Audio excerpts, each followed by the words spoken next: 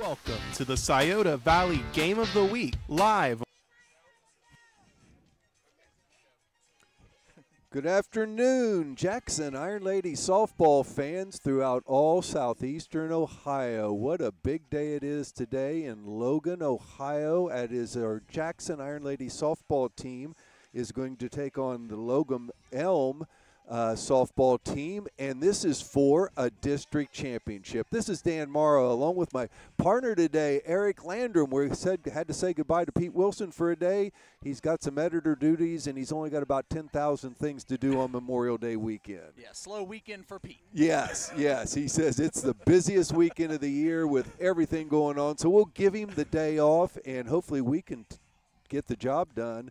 So we'll get him back next week in a regional game. Yep. District championship, it's Logan Elm. They got here by defeating, and I've got it written down here, Logan Elm defeated Gallia the other night by a score of 3-1. Our Jackson Iron Ladies, as you remember, were able to get their victory with a 5-0 victory just the other day to get to 20 wins on the season. This is a 20-6 Jackson Iron Lady softball team, and wow, it has been really a fun spring for them. It really has been, and you kind of think of a team that's arrived a little bit early, as young as this squad is, got some really young, high-level performers, and we're getting to see one of the veterans today, Serenity Taylor, on the mound. She's done her thing all year, but a relatively young squad behind her, and they've done wonderful things all year. Well, Serenity coming off a huge effort against Waverly, the Lady Waverly Tigers the other night. Serenity went all 7 innings, gave up 3 hits and 15 strikeouts, and really Waverly never threatened in that game. She was in total command.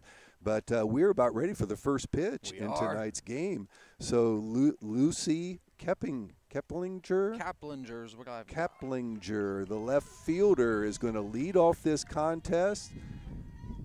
As usual, Maddie Wright will be catching for Serenity. We'll get you the Jackson Iron Lady lineup here in a second. The first pitch is going to be a little bit on the outside. Ball 1. Iron Ladies will have Lexi Perry at first base, Izzy Swisher second base, Lily Eberts the shortstop, KJ Warsham at third base. Second pitch is called strike. 1-1 your count. Outfield, we'll have Lauren Walburn in left field. As usual, senior Bryn Denny in center field. She's not only in center field today, she'll be at graduation tonight. Along with Ella Armstrong, our 2 seniors. There's a second strike. 1 ball, 2 strikes. And in right field, we'll see Alea Barnett. The lineup for our Iron Ladies. Brandon Stevens, the head coach. That pitch is outside. 2-2 the count. We went up close like this. Now, when we watch the games at Jackson, we're a little bit back on the hillside, Eric. Yeah. Boy, when Serenity has a fastball, it gets there quick, She's got some velocity, and she's picking up exactly where she left off just the other night here. She's in total command of this at-bat. That ball is popped up behind us, out of play. 2-2 still the count. First batter up, Lucy Keplinger. Logan Elm, a 17-7 season, 7-5 in a very tough mid-state Buckeye conference. There's a ball fouled back. Count stays at 2-2. That is one of the top softball conferences in the area, Eric. Liberty Union 11-1, Bloom Carroll 11-1, Logan Elm was 7-5. They did clinch third place in a very difficult softball league. Yeah, and to survive that schedule and make it to this point, now all bets are off at this point of the year. It's district championship time. Everything, yeah. That ball is grounded foul down the left field line. Count stays at 2-2. We were at the first batter in a district championship contest today here at Logan High School. Great facilities, isn't it? So beautiful here. Very unique fence. 188 in left field. There's a ground ball right up the middle, and that is a single. So Lucy Keffinger leads off the game with a base hit. Fouled off a couple pitches there to finally get one that she liked from Serenity, and hits it right up the middle to the center fielder. All over the fastball there, and talked about Serenity's velocity. Pretty good exit velocity on that at bat there. Yep. Sadie Binkley, we're going to mention her name throughout the contest. She's not only the pitcher, but also batting in the second spot in the order. She's the daughter of the head coach, James Binkley. First pitch, and it is a called strike. Maddie Wright takes a peek down toward first base. She is not scared to throw behind a runner. No. You stretch it off a little bit too much of a lead, you're going to get picked off. One of the more aggressive catchers you'll see in high school softball. There is a ground ball off the leg of Serenity Taylor. Trickles into left field, and runners are going to advance all the way to third base. Runner follows her to second base, and boy, has Logan Elm got a threat going here in the first inning. Another hard hit ball. Yeah, and it hit hard off Serenity's leg. She's limping a little bit back to the mound, but seems to be okay. Sure has come from a tough family herself. I know that much. So no question about it. She's trying to shake it off, and they're going to come together here for a second, it looks like. Talk it over a little bit. Let her shake that off somewhat. We have some stats, and Serenity's statistics this year are just phenomenal, off the charts. After the last effort, she has an ERA of 1.75. They are knocking on the door for maybe some runs here now. 20-6 on the season, which is what the Iron Ladies are. One I like the most, she's pitched 145 innings, Eric. She has struck out 205 batters. Unreal. Very Dominance. impressive. Dominance. She could sure use a strikeout here. Sure could. First pitch, and there's a bunt. It is foul. They were it was definitely a squeeze bunt there. Absolutely. They were running on the pitch. If that ball is fair, it's going to be a run, but it gets foul. Tell you what, nice play by Wright back there behind the plate. Just She's getting on quick. that ball quickly, not giving it quick. a chance to get fair. Talk about spoiled here this spring, getting to watch Maddie Wright behind the plate for the Iron Ladies and Noah Ernst behind the plate for the Jackson boys baseball team.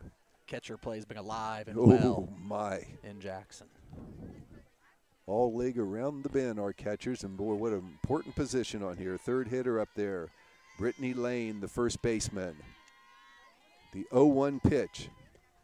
That ball is shot into right field. It's going to be a hit. Barnett able to scoop it in, throws it in, and the play at the plate is safe. Now they got Wright in a rundown. Lexi Perry chasing. Oh, and it hits her in the head, so she'll be safe at second base. Everything kind of going against the Iron Ladies right at the moment. But a big hit by Brittany Lane, third straight hit in the contest. She drives in 2 runs with that hit.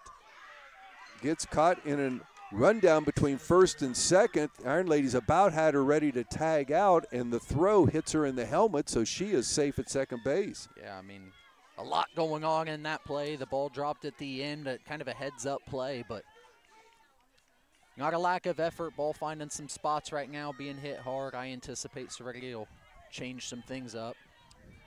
Quick 2 runs on the board. Nobody out yet. Runner on second. Peyton Richendaler at the plate. She's the center fielder for this Logan Elm team. That pitch is a called strike. Fastball. Left-handed batter, Richendaler.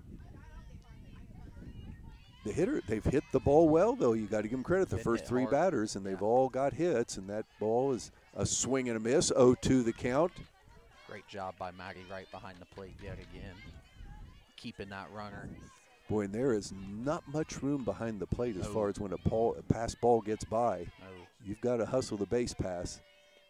There is a ground ball. KJ Worsham, goes past her. Lily Eberts, can't get the tag. She ends up with the ball in her glove, but can't make the tag, and runner advances to third base. Runner safe at first, so they got him on the corners.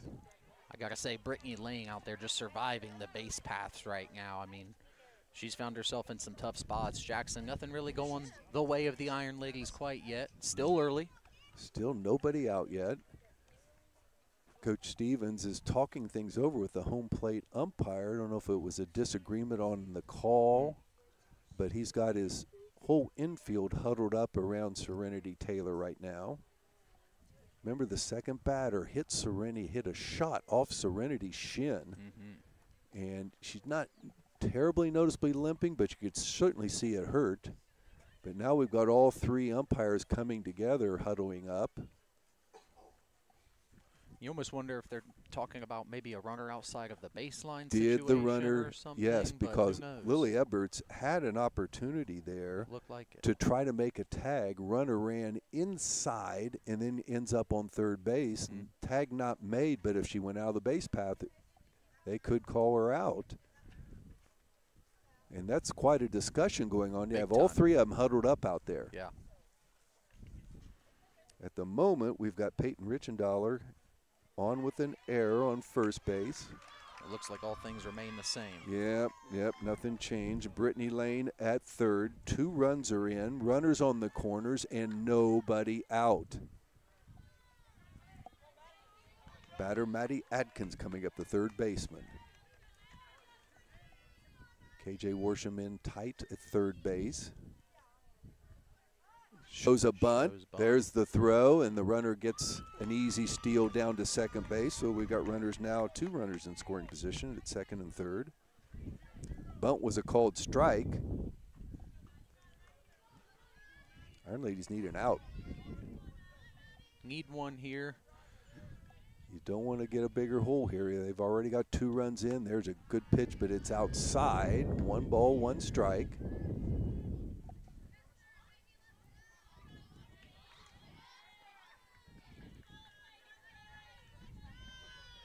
The 1-1. Foul tip. 1 ball, 2 strikes. Got ahead in the count here. Good job working high and inside there, getting that ball in on the hitter's hands. Maddie Atkins is the third baseman for this Logan Elm team. There's a pitch, swing and a miss, and a big-time strikeout. Much you can strike out there. Great work. Serenity's first strikeout. The Iron Ladies' first out in this contest. Still have runners at second and third base. Only 1 out, but we needed that one bad. Morgan Arnold, the catcher, coming up.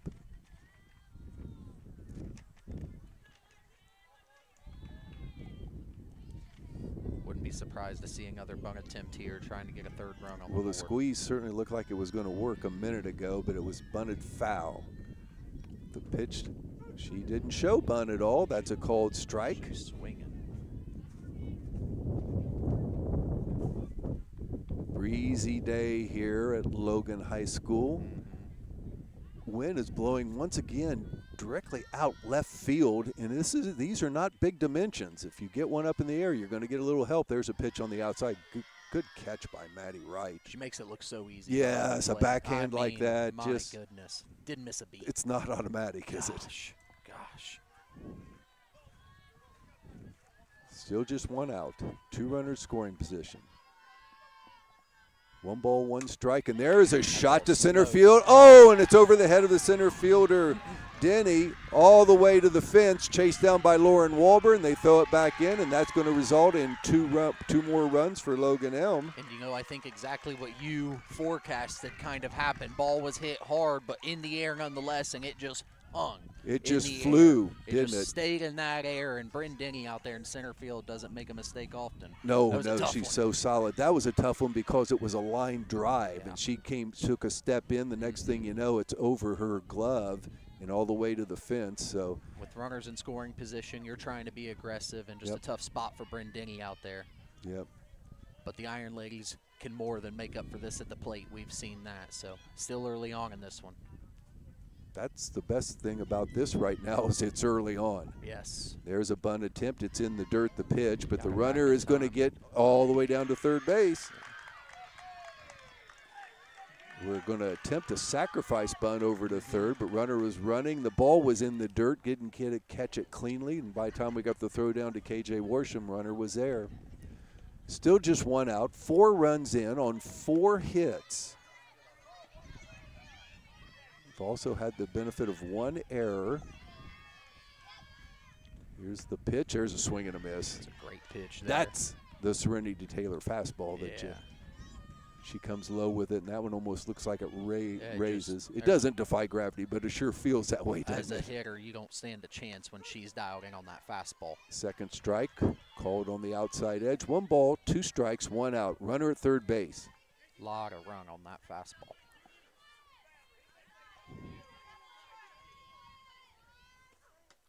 That pitch a little bit high and outside. 2-2 the count. Kimmy Petty. She's the designated hitter in today's game. Oh, there's a swing and a miss. Second strikeout. Much needed. Now we have 2 outs, and it's Maylee Gardner, the right fielder.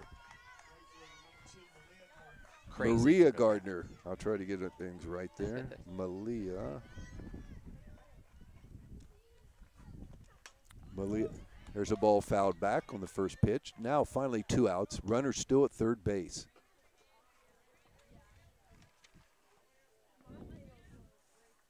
Both outs have been strikeouts by Serenity. My gosh, just 48 hours ago, she had 15 of them. There's a pitch, swing and a miss. Throw, Maddie Wright takes the fake throw down toward third base just to keep the runner alert. 0-2 the count, 2 outs.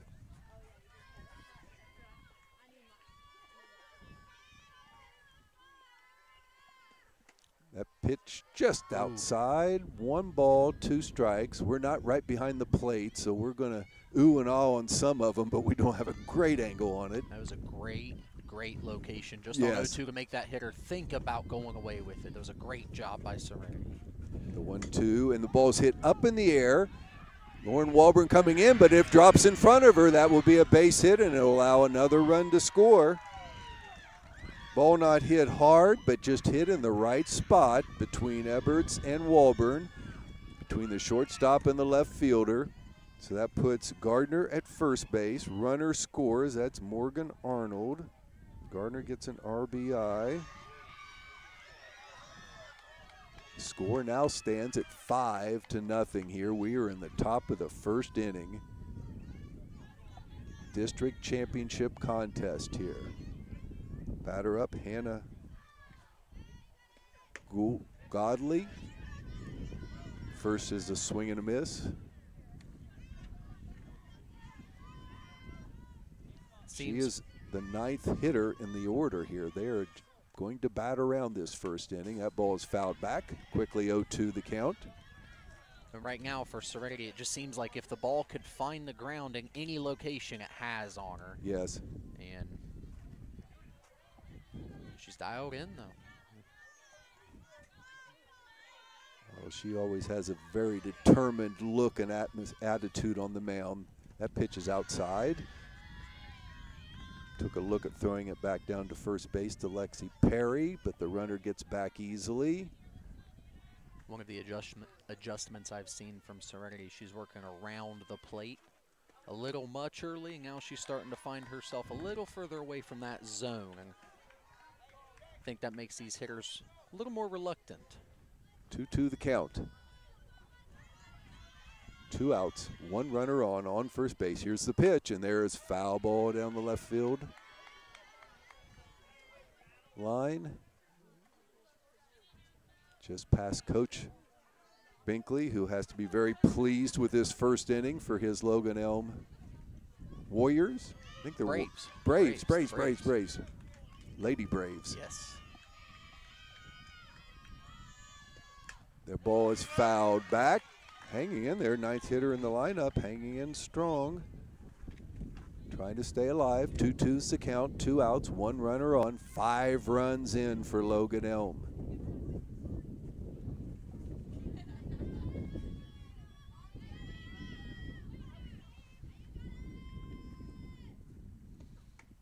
Ooh, did she go? Half swing, going to take a look down to the umpire, and he says half. She is safe down the first base line, so it makes the count full. 3-2. 2 outs here. I'd have to think the runner at first will be off here. Can be off and running. The pitch to Hannah Godley is popped up, out of play, and she's hanging in there. I don't know if the umpire, did he run out of baseballs? He did. She's fouled enough of them off. Softballs.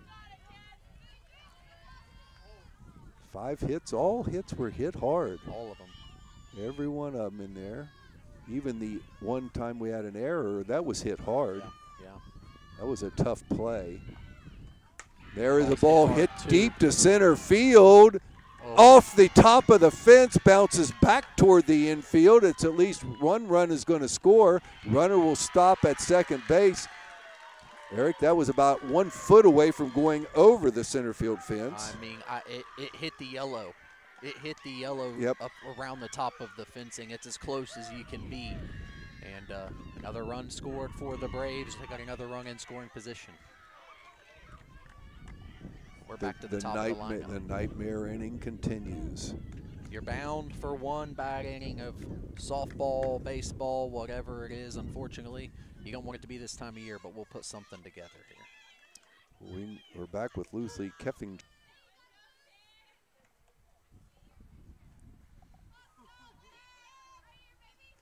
That pitch is low and in the dirt. Runner stays second base. 2 doubles. 4 singles in this first inning have resulted in 6 runs. Still have a runner in scoring position. There are 2 outs. That pitch is fouled back. 1 ball, 2 strikes. Seems like we've been at the 2-strike situation multiple times. We just can't get through this inning. Yeah, it does. I mean, Serenity hasn't really worked from behind in the count yet. Yeah. Just aggressive play from Logan Elm so far.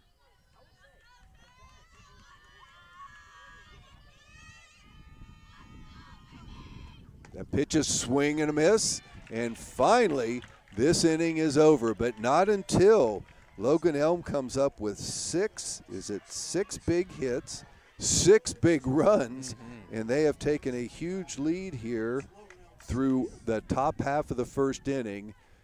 We're going to take a quick break. Thank you, Total Media and Jackson Iron Lady Softball. We appreciate your efforts. Listen to our sponsors. We'll be back in just 1 minute. Monroe's Frame and Collision. Our work says it all. For the best in repair. See the people who care. We make it easy to do, 'cause we care about you. Go with Monroe. Get you on the road. We make it oh so easy. Monroe's Frame and Collision. Our work says it all. Monroe's Frame and Collision. One of the best tickets in town will always be activities at our local schools. Athletic events, concerts, and plays. You can always count on an enjoyable time. Our children are the future. Let's give them all the encouragement that we can. Go to a game, hear a concert, see a play. Ohio Valley Bank. Community first. Member FDIC.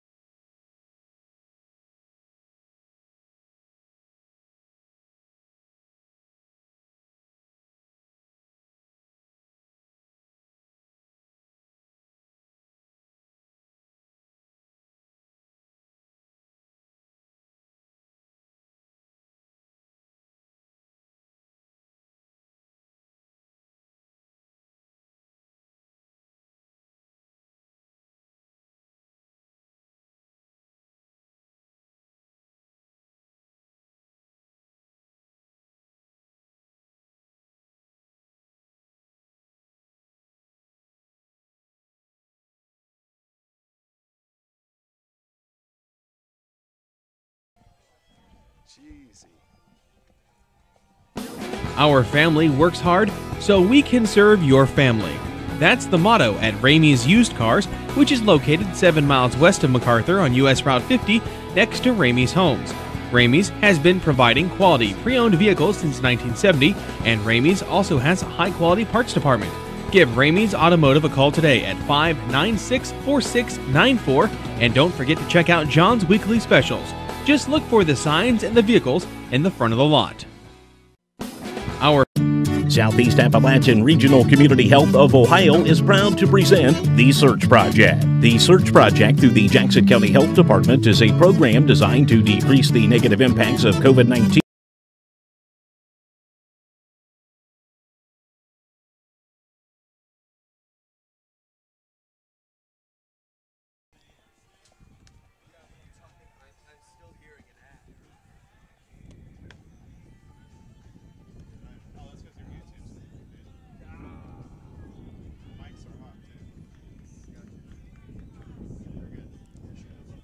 One inning is in the books here at Logan, Ohio. It's a district championship.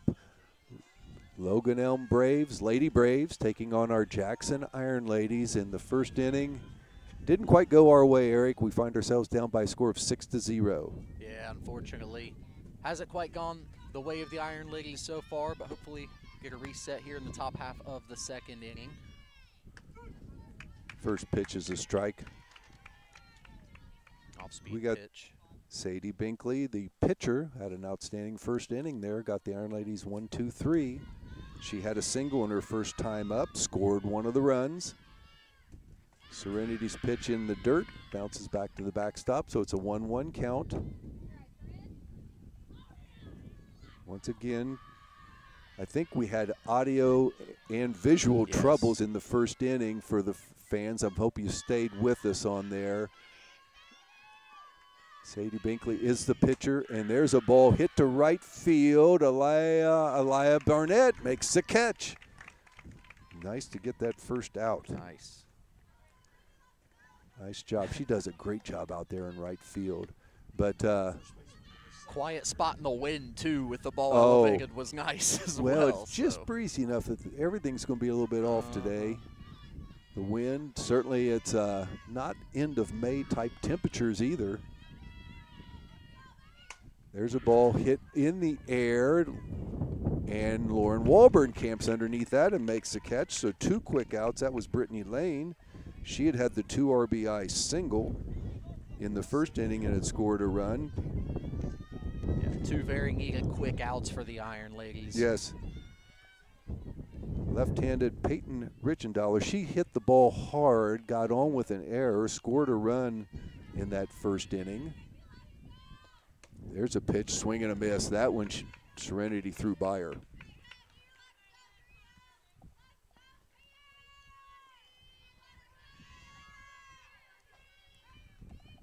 That ball is fouled down the left field line. Head coach Binkley not able to field it cleanly, but we won't give him an error. How unfazed does Serenity Taylor look? She just always looks the same. Half of always the looks the it's same. Just, I mean, very focused, very locked in. Now it's funny, but over here in the dugout, there's a ball hit right up the middle. Not hit very hard, but right over second base into center field, and it's a single for Peyton Richendaler. She just about got the glove up in time. But you see no emotion by Serenity on the mound. Over here in the dugout, she'd never stop cheering for the batters. Yep. Maddie Atkins, the third baseman, she struck out in the first inning. She was the 5th hitter in their lineup. She was the first out Jackson got.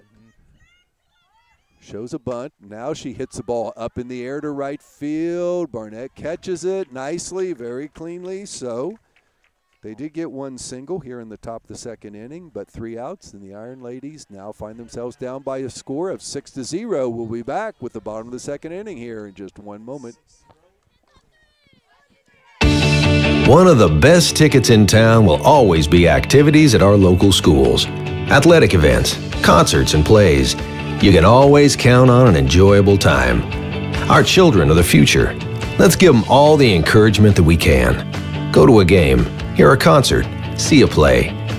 Ohio Valley Bank. Community first. Member FDIC.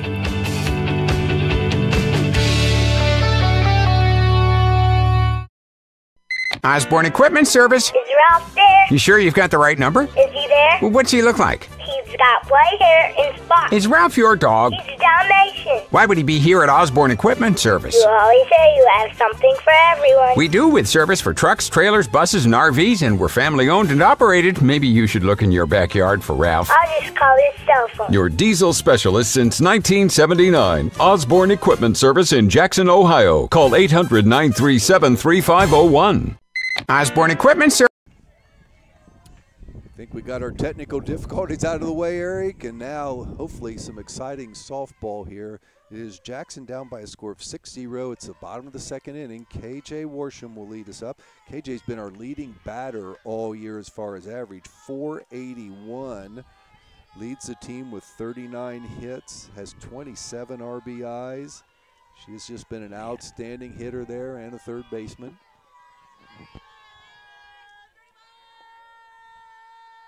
The second pitch, swing and a miss. I'll tell you, Binkley just living by the off-speed pitch right now. I was watching her warm up. She has a good fastball, but she throws it subtly. She lives on that off-speed type pitch, and you're right. And it's had the hitters off just a little bit here to start. Definitely. There's a hard hit right up the middle, and that'll be the Iron Ladies' first hit in this contest. KJ Worsham with the hit. She will be at first base.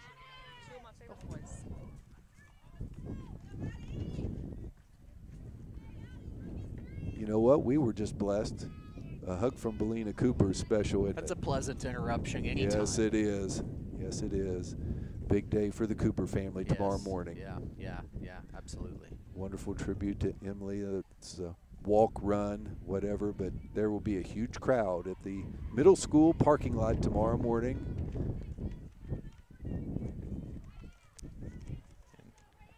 Next batter up, Maddie Wright. And it looks like we've got Abby Barnett at first base now, the freshman, running. Oh, pinch runner, absolutely. Thank you. Worsham, you're welcome, sir. Maddie batting .361 on the season. He's had a big year, 10 doubles. Man. Leads the team in 2 base hits, has had 5 triples, along with being an outstanding catcher behind the plate.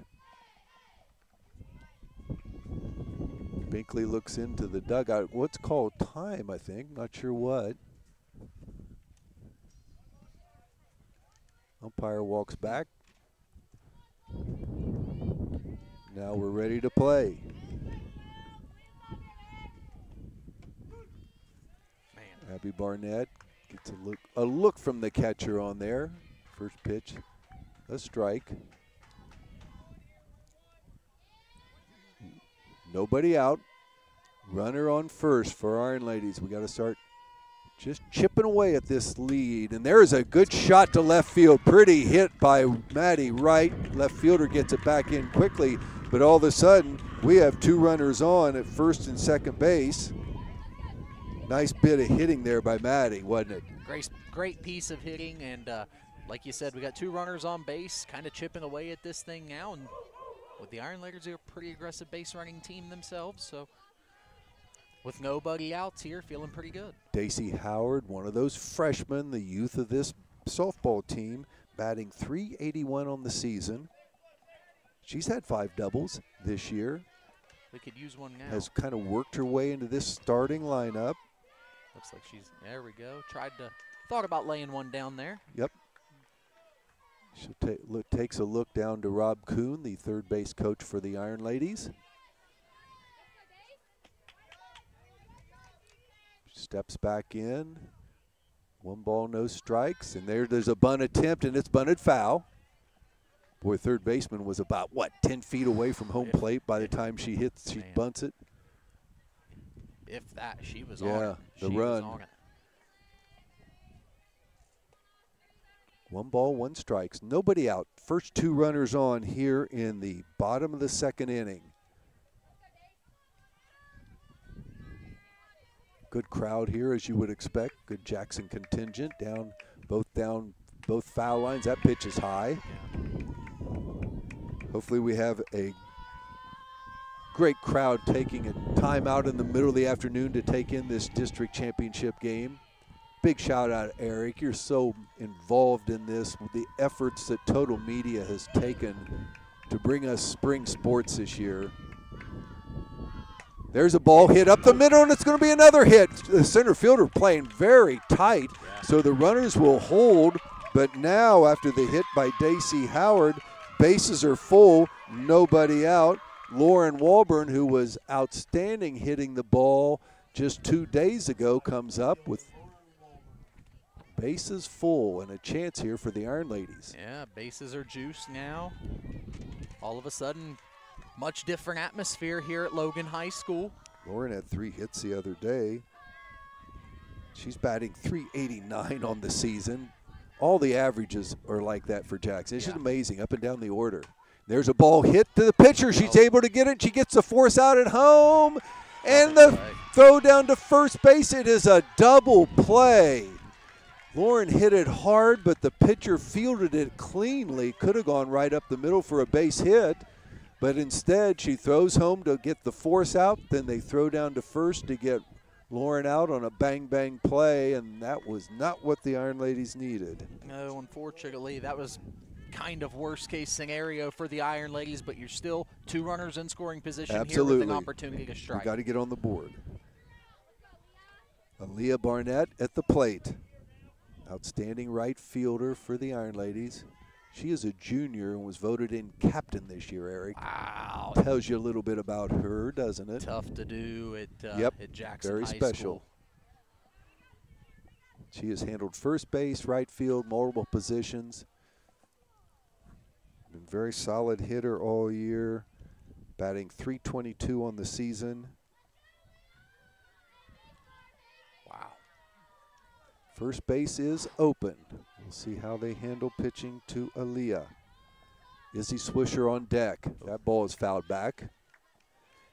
Just ahead of it. It's interesting. Izzy Swisher, one of those freshmen also.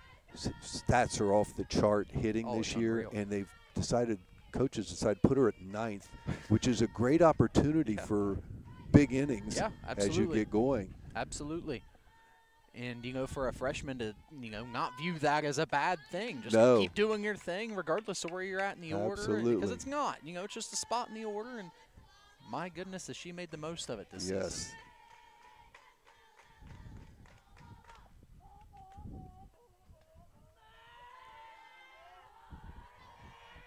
The 1-1 pitch with 2 outs and 2 on, 2 in scoring position to Aaliyah Barnett.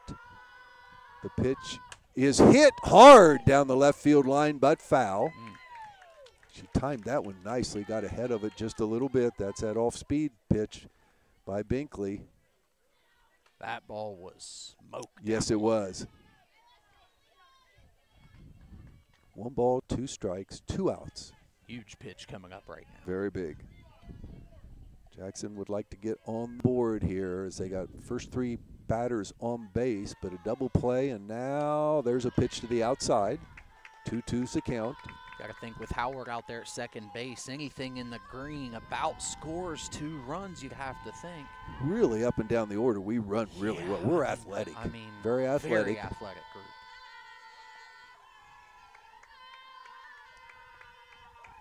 group. 2-2 pitch. That's high and outside. The pitch is a full count. Now with the base open here, you have to wonder what are they thinking? Yeah, I know. Exactly what you're going to see. Except you have scouted us, and you know the hitter behind Barnett is pretty solid too.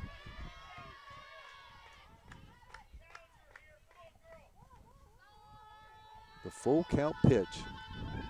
Aaliyah Barnett, it's high, and she draws a walk, and she worked it hard there to get it. Yes, she did. Second time in the inning, the Iron Ladies have had the bases full. No runs in yet.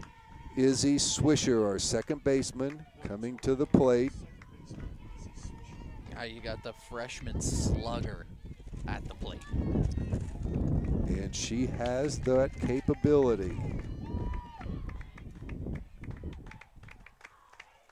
Pitch Pitch to Izzy is a little bit low.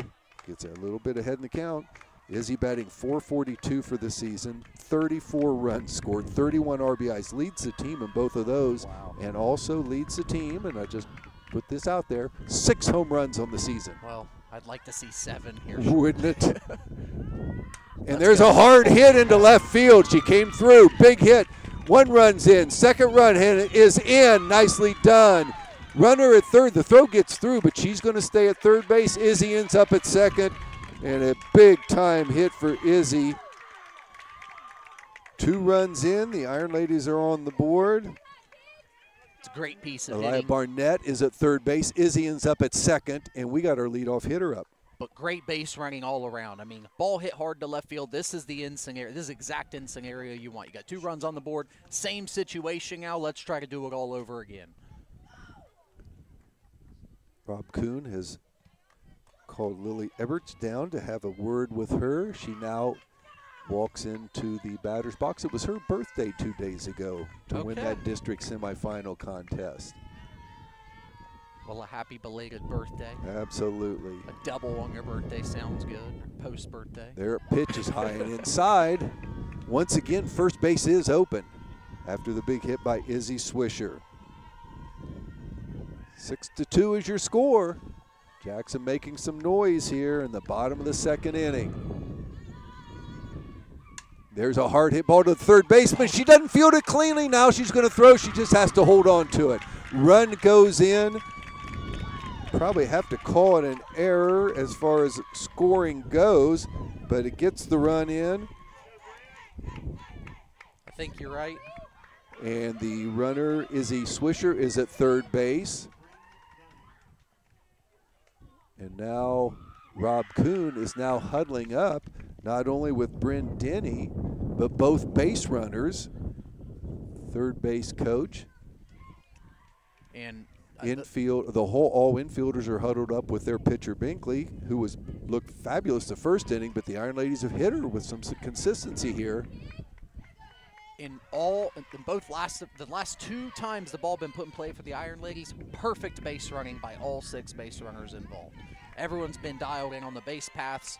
I think it says a lot about the mindset of the Iron Ladies.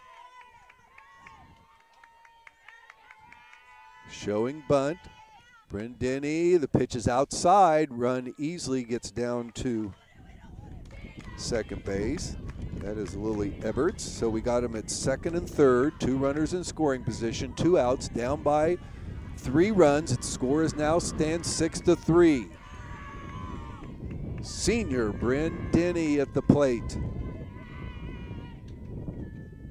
That ball is hit to the pitcher. She's able to field it, gets a throw over to first base, and gets the Iron Ladies out of the inning. But not until the Iron Ladies come up with 4 hits. They also have a walk, get on by an error, and score 3 big runs to get right back in this contest. So after 2 innings of play, it is Logan Elm 6, our Jackson Iron Ladies 3. We'll be back. Take a listen to our sponsors. They make all this possible.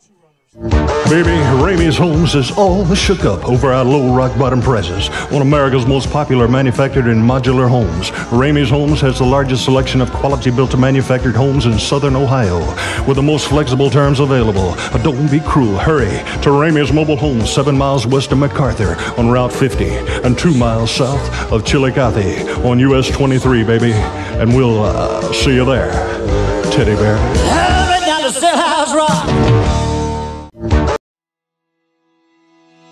A healthy, confident smile starts here at Southern Ohio Smiles. Whether you need a routine cleaning, cosmetic dentistry, or advanced dental care, our expert team is here to make your experience comfortable and stress-free. We're committed to providing top-quality care for the whole family. Schedule your appointments today at southernohiosmiles.com. Southern Ohio Smiles, brightening smiles, one patient at a time. Visit us online or call today to book your appointment. Welcome back to Logan High School here, as we are here for the district championship between the Jackson Iron Ladies and the Logan Elm Braves. And we are now in the top half of the 3rd inning. Eric Landrum, Dan Morrow, the legendary voice of the Ironmen. and Iron ladies. Hey, Eric, and a big shout out to you. Thank you for joining me here today to do. And it's a task of love when you get to come watch a district championship. But I sure appreciate you coming on the air with us. This is fun. Well, it's an honor to it be got on a the lot air more with fun you. in the bottom of the second inning. It sure did. It sure Didn't did. it? We scored 3 runs here in the bottom of the second inning. Got back into it now, 6-3, as Serenity Taylor delivers ball 1 just outside as we kick off the top half of the 3rd inning here for the Braves.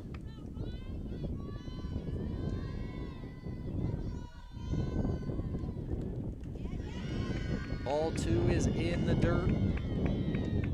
Number 1, the catcher, Morgan Arnold, at the plate. She had a double and scored a run in that big 6-run first inning by Logan Elm. Taylor back in command as of the top half of the 2nd inning, as she gets the first strike of the 3rd inning here. Doubleheader today at Logan High School. Following will be Hillsboro Circleville. They're in the Southeast 1 bracket of the district. We're the Southeast 2. We are the 2 and the 3 seeds matched up. Another hard hit ball back up the center, and that's going to be a single into center field. Hillsboro's been one of the very, very best teams in all of southeastern Ohio. Have actually beat both Jackson and Logan Elm, but they are the 1 seed and Circleville's the 4 seed. So the brackets seeded-wise turned out to be the way it's supposed to. Well, and we got 2 MSL FAC matchups today by the looks of it. Yes. So. Circleville was the 4th place team, or 4th ranked team in the Mid-State Buckeye League. Showing bunt here. That pitch is fouled off straight back. Yeah, the unique thing is Hillsboro beat both us and Logan Elm and us both beat Circleville. Oh, wow. So, yeah, okay.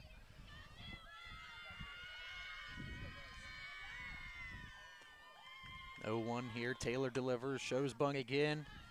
Right, showing a throw down to first base. Decides to hold on to it here. We got ourselves a 1-1 count.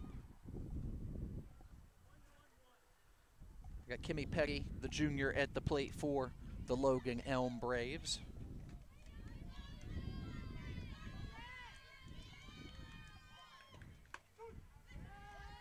Taylor delivers strike 2.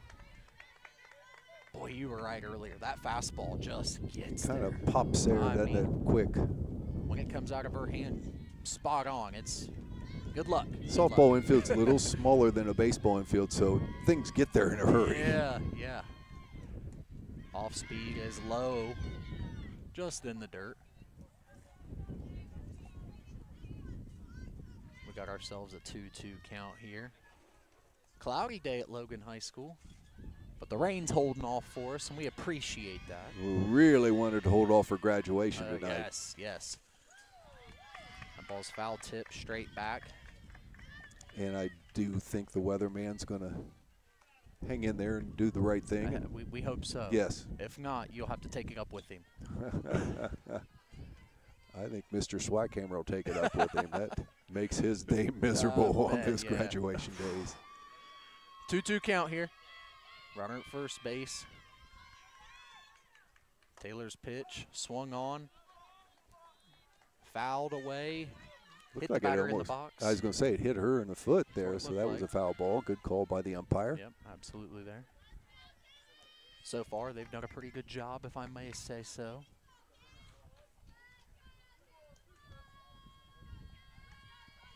We're going to do it all over again, 2-2.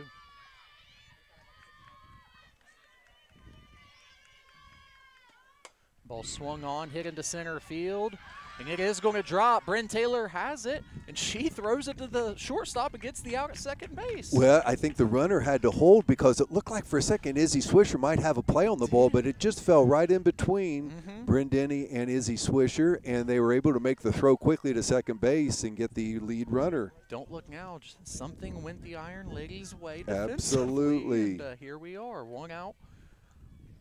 Runner at first.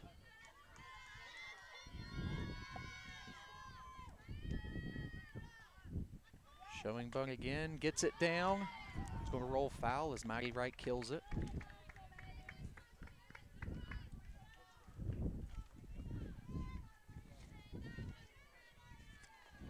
plate for Logan Elm is Malia Gardner. Singled her first time up, had an RBI, had a run scored. Just about everybody did something good for Logan Elm in that first inning. Yeah.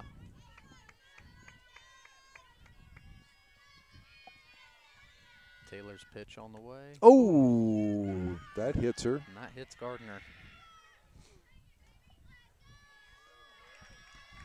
Looks like they had to think about it. Maybe if it questioned whether it hit her bat. bat, you're right. But they both, I think the umpire looked down to the first base umpire and they agreed it hit her. Yeah. It looks like Taylor's. You know, it looked like it hit her pretty hard. It did, but it looks like Taylor's maybe questioning it herself. Rather. I wonder. Here comes Brandon yeah, Stevens I think to he talk does over. too. Yeah. But the way she reacted, it almost looked like it probably hit right on the nub of the bat, wouldn't you think? I didn't hear the thud Yeah. that I usually hear. Yeah. And she didn't immediately run to the base. And now the umpires are going to do, for the second time in this contest, they're all three going to huddle up. Coach Stevens discussed the situation with him. Does anybody have a better view maybe than the home plate umpire would have had? You know, it's a shame they didn't ask us. I would have told them exactly what we thought. Well, just from what you thought from the batter, yeah. She didn't think she got hit, I don't think. I think you're right. I think you're right. Let's see what they come up with here. And it looks like nothing changes. No changes. So they award Gardner first base. Now we got first and second, one out. Both of the total huddle-ups by the umpires have kind of gone against us. Kind of, yeah. Now we got Hannah Gooley up to the plate, and if you remember, she's the one that hit the ball off the yellow top of the fence in the first inning. 6 inches away from a home run. Shows bunt, gets it down, but hits her in the box.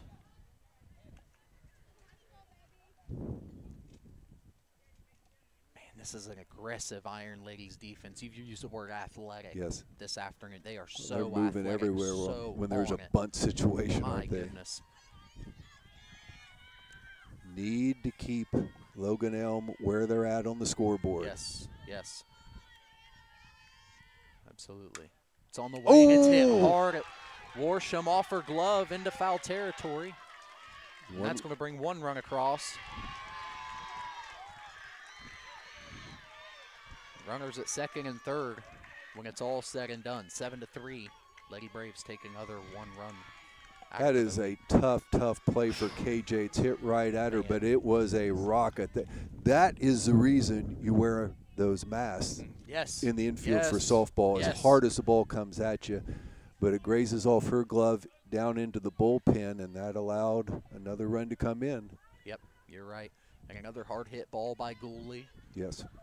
Logan Elm's really hit the ball hard all afternoon. That's their number 8. No, she's their number 9 hitter. Yeah, she's the 9-hole. And she has probably had 2 of the hardest hit balls of the whole contest. Well, you look at our 9-hole. Yep, yep. know. Ours is pretty special too, and Right. she came through. I wouldn't call it a squeeze attempt, but a bunt shown, and it is going to be strike one as Kaplinger offered. 7-3 is now the Logan Elm lead. Top of the third inning here at Logan, Ohio. Ball's high.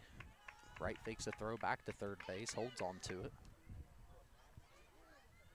it. AD Keith Myers been very busy these couple days, but they do a nice job up here. He's been a Mr. Logan kind of guy forever and ever. Yeah. Whether player, coach, now AD. A name you were very familiar at when I threw it at you the other day, so yes, I can only very imagine. much. Oh, what an effort. What an effort. Bunt is up in the air just a few feet. Maddie Wright dives, extends totally out on this dirt surface, which is not easily. I can see the elbow. You don't land easy on this infield. No, I can see the elbow skin from yes. here. Ouch. One thing about it, she is tough. 1-2, 2 runners in scoring position here. Has to be with that first base coach down there. That's Kylie it. Bako. Yes. Another one of the staff for the Iron Lady. Boy, pitch is high. Could use another strikeout. Yes.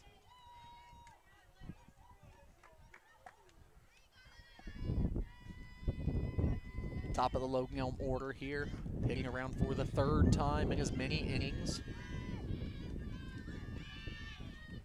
Oh, now that one no did question hit her. There. Oh. No question there. That one she was feel good. turning into it and hit her right in the midsection, and she's running down. She's okay, but that stung. Looked like that one might have even took her breath away. Yeah, I think so. That one was right in what we call the bread basket. Logan making a threat here, but they've been 2 batters hit by a pitch, 1 error. They have got 1 run in, but the bases are full and there's just 1 out.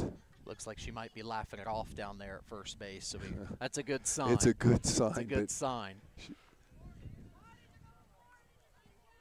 Bases loaded here, 1 out. Top of the 3rd inning. Pitcher versus pitcher coming. Obviously, Sadie Binkley is one of their best players in that number 2 spot.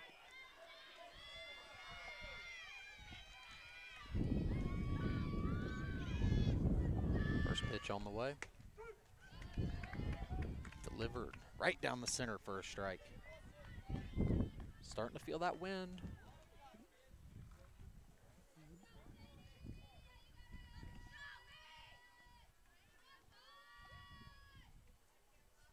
One on the way, off speed in the dirt.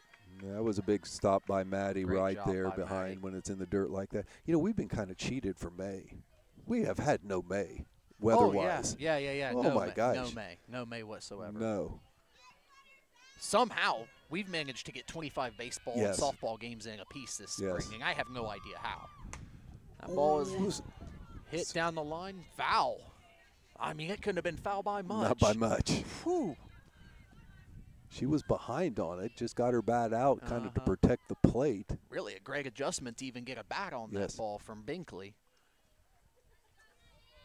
But Taylor still controls the count, 1-2, 1 out, top of the 3rd inning. Iron Ladies trail 7-3. 1-2 on the way, off the glove of Taylor, thrown on to first base. We get the out at first, but the run does come across, making it 8-3. Logan Elm Braves maintain the lead. Hit it hard, went off the glove of Serenity. Nice job by Lily Eberts, all FAC for a reason, able to field it and get the out, but that gets the run in. Scoreboard a little behind. Hasn't quite updated. I've got 8-3 if you do. I sure do too. Okay. Wish it wasn't, but it's 7-3 on the scoreboard, but they have scored 2 this inning. Still 2 runners in scoring position. They've still done it all on just 1 hit. Wow. First pitch in the dirt, blocked by Wright. It doesn't feel like they've had runners in scoring position the whole game. All game long. Which gives you no margin of error. Well, nothing, and that's exactly what we've been dealing with. Runners in scoring position and a single here and there. You know, 1 run comes across at a time. That ball's hit hard to first base, and it is snagged quickly. Nice catch there by Lexi Perry, gets it through the inning. That was a hard hit ball over to first base, but a much needed 3rd out for the Iron Ladies, who trail heading into the bottom half of the 3rd by a score of 8-3. We're going to take a quick break, but when we get back, more Iron Ladies softball to come. Are you looking for a reliable title company? Warranty Title Agency is a place you can trust. Whether you're closing on your first home or deed preparation, title exams, and more, Warranty Title Agency has got you covered. Stop by 227 East Main Street, Jackson, or call 740-286-2248. Also online at warrantytitleagency.com. Proudly supporting Jackson and Oak Hill football. Warranty Title Agency, where your trust meets our dedication. Go Ironman and Oaks! Are you looking for a reliable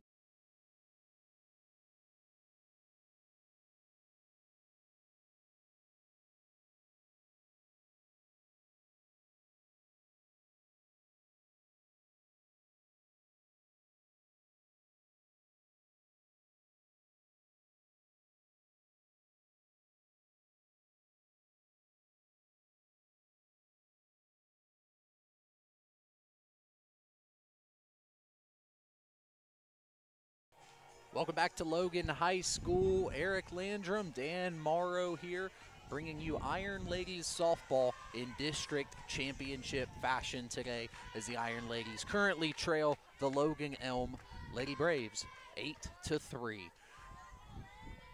And Dan, we definitely need to get the bats out here. We've got Lexi Perry leading off the inning, and she hits it hard down the left field line. And while it's over the fence, it is foul. About 3 feet foul, or it would be the celebration going on for Lexi. Wow.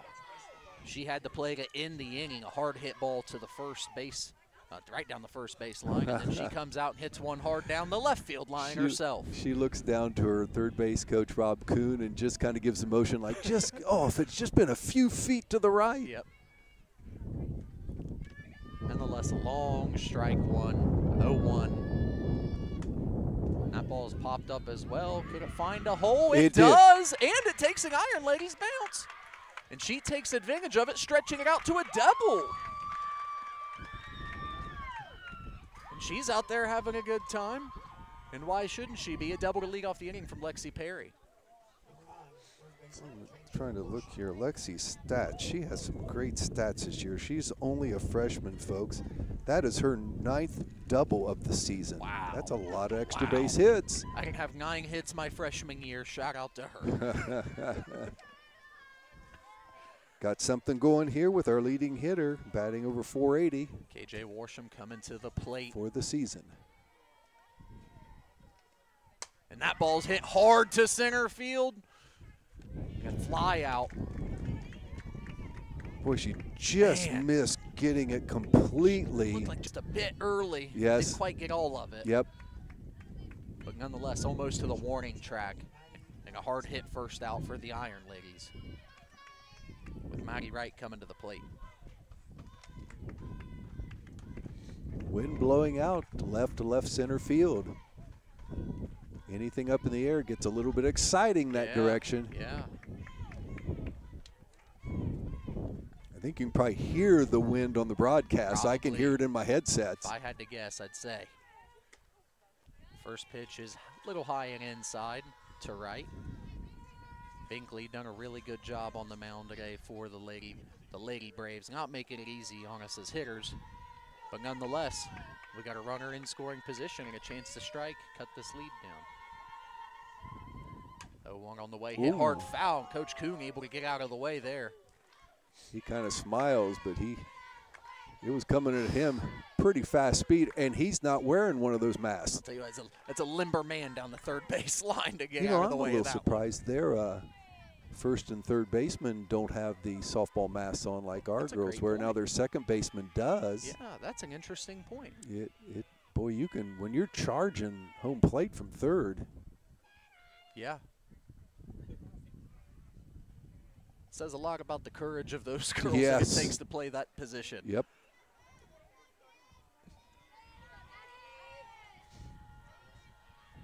As a football guy, I can deal with people running at me.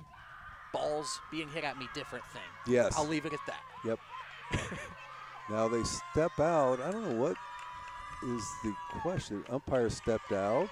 Yeah, I'm not sure exactly who was communicating with who. Right. Nonetheless, 1-1 on the way, another hard hit foul ball. That one, I think, made some people duck down there. That was over the fence and hard down the left field line. Might have ended up in the trees. And again, you can see the adjustment that we're having to make as hitters to deal with the off speed that Binkley's offering. Yep. And I think that's why we got to her a little bit in that second inning. Once you get around, you take a look at it a little bit. Yeah. Now we're getting back with a second look as far as at the plate. Right. Our dugout's making noise. 1-2's on the way, and it's hit into, almost into center field. A nice play by the second baseman there. Conaway? Yes. And kind of caught it off the edge of the bat. It kind of was wobbling out there like a knuckleball, and she dives and makes the catch. Looked for a second like it would get to center field. Thought maybe it could. No dice. 2 outs, runner on second base. Stacy Howard up. She had a single and a run scored in that 3-run second inning for the Iron Ladies.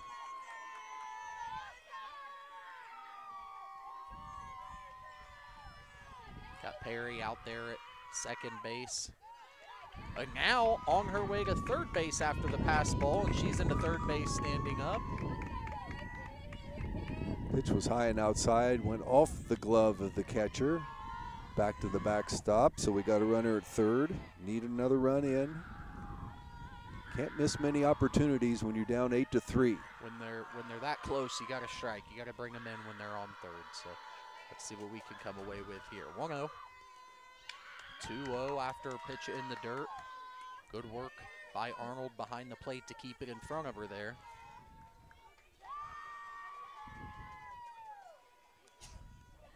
Now it's a hitter's count. Howard's got the advantage.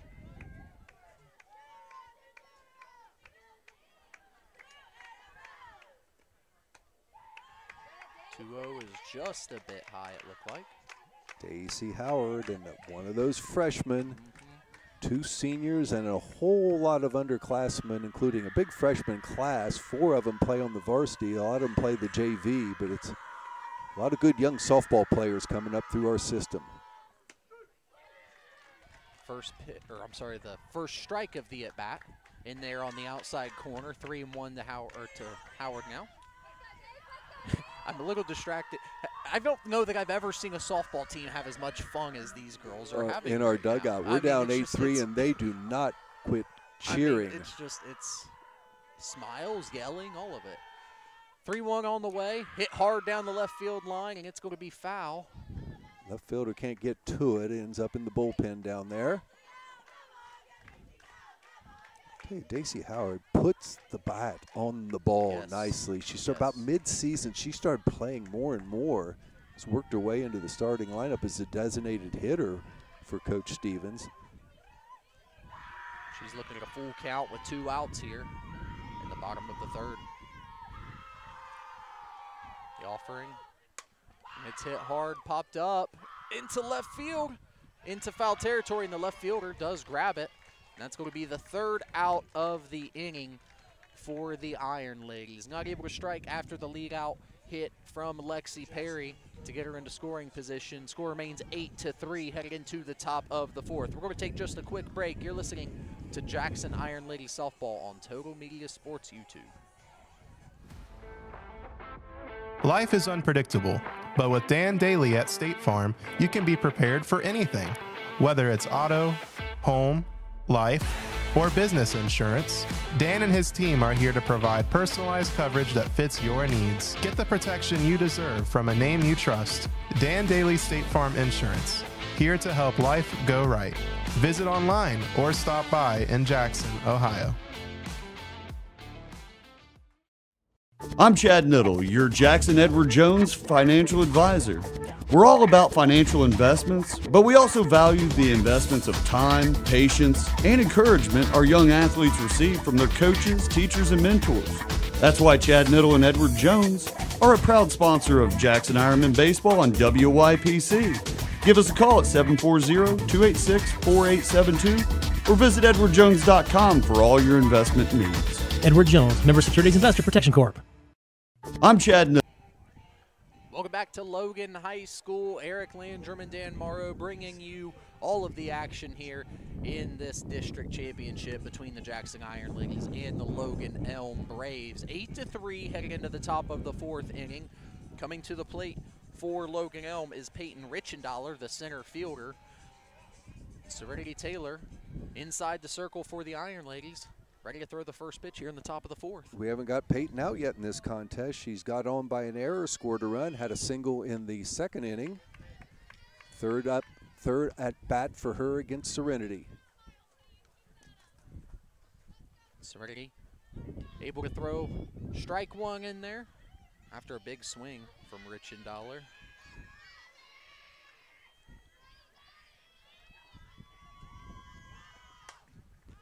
That ball's popped up and out of play down the 3rd base line.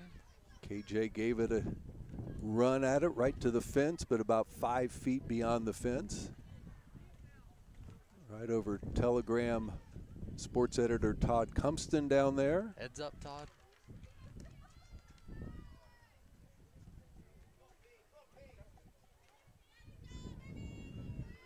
Oh, 2. On the way to Richendaler. She's ahead of the off-speed pitch and fouls it off down the first base line. Taylor maintains the 0-2 count.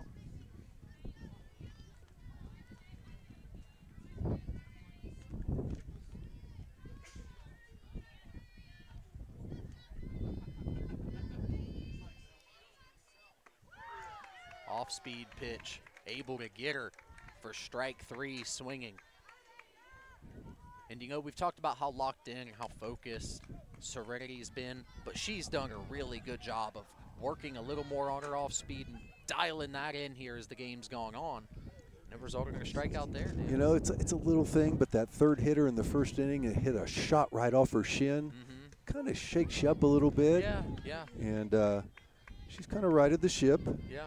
Hit 2 batters the last inning. That was a big reason they were able to get a couple runs in the third.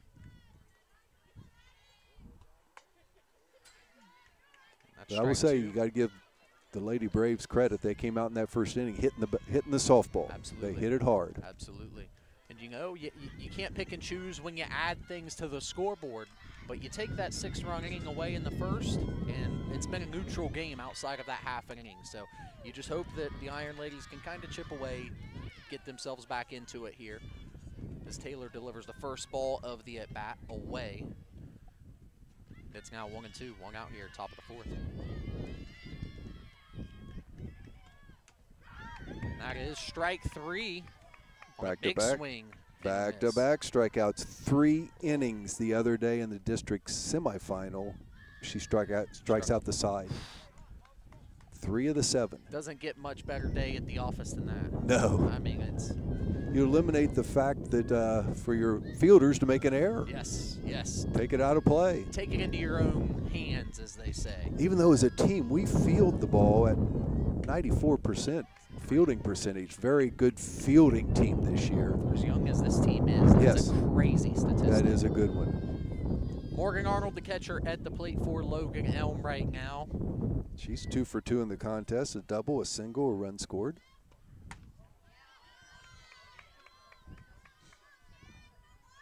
That might have been the hardest pitch she's thrown all day right there. It just smacked into Maddie's glove, didn't it? You could hear it. And this might be the best inning we've seen from Serenity Taylor this afternoon. That off speed is just away.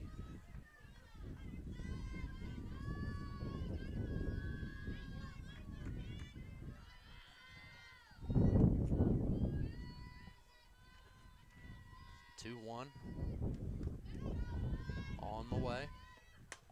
Swung on, hit hard at the second baseman, and Swisher's able to snare it and put it away for the 3rd out of the inning. 1, 2, 3, just what we needed to get back into it. And we're going to get to the bottom half and get the bats back out here at Logan High School. We're going to take a quick break. We'll be right back. You're listening to Jackson Iron Lady Softball on Total Media Sports YouTube. Monroe's Frame and Collision, our work says it all. For the best in repair, see the people who care. We make it easy to do, cause we care about you. Go with Monroe, we'll get you on the road. We make it oh so easy. Monroe's Frame and Collision, our work says it all. One of the best tickets in town will always be activities at our local schools. Athletic events, concerts, and plays. You can always count on an enjoyable time. Our children are the future. Let's give them all the encouragement that we can. Go to a game, hear a concert, see a play. Ohio Valley Bank. Community first. Member FDIC.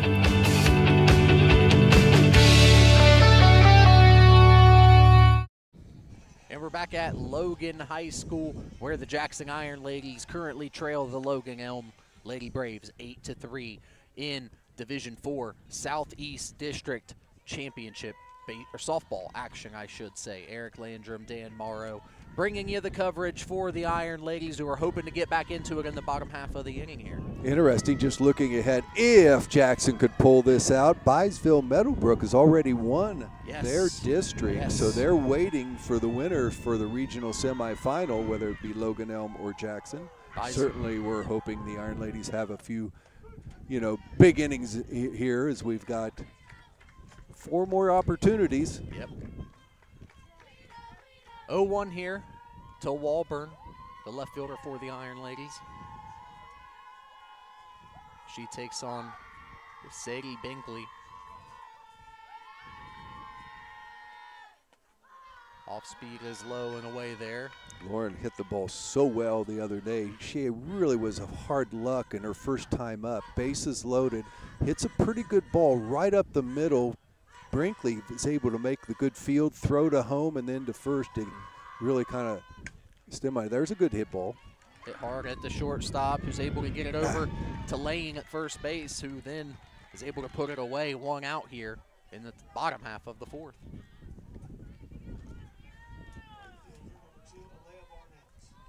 Alea Barnett coming to the plate for the Iron Ladies, the right fielder, who's also been busy in right field today. Leia really worked a walkout in that 3-run second inning. Ended up scoring one of the runs.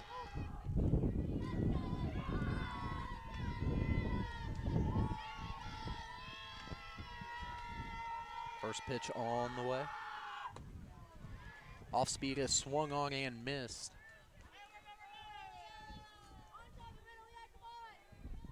Oh, 0-1 here. 1 out. Iron Ladies fighting, scratching, clawing, trying to get back into this one.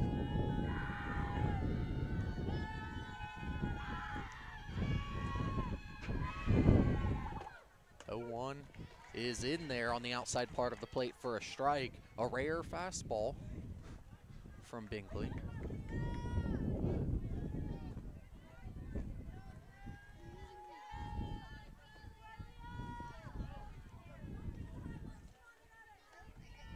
To Barnett.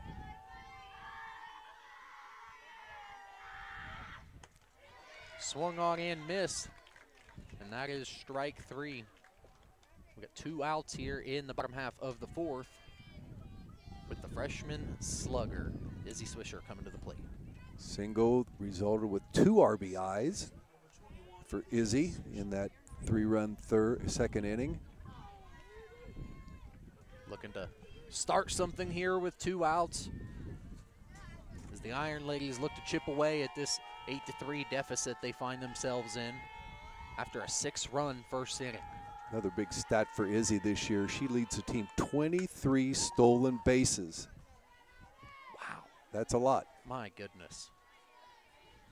And I can't say this enough. The youth of this team, the numbers you're giving me just blows my mind. It is. Just a testament to this team, to the coaching staff. Softball in general in Jackson. A lot of young ladies been very interested in it. Yes.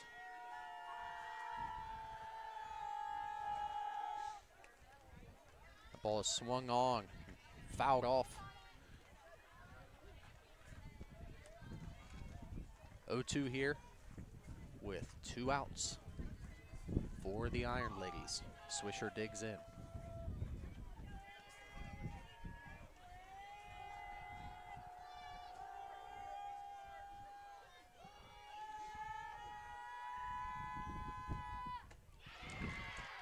That is another fastball high, swung on for strike 3.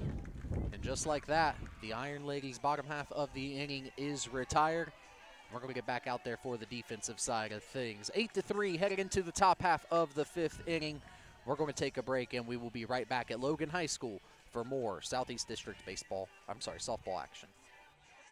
Osborne Equipment Service. Is Ralph there? You sure you've got the right number? Is he there? Well, what's he look like? He's got white hair and spots. Is Ralph your dog? He's a Dalmatian. Why would he be here at Osborne Equipment Service? You always say you have something for everyone. We do, with service for trucks, trailers, buses, and RVs, and we're family owned and operated. Maybe you should look in your backyard for Ralph. I'll just call his cell phone. Your diesel specialist since 1979. Osborne Equipment Service in Jackson, Ohio. Call 800-937-3501.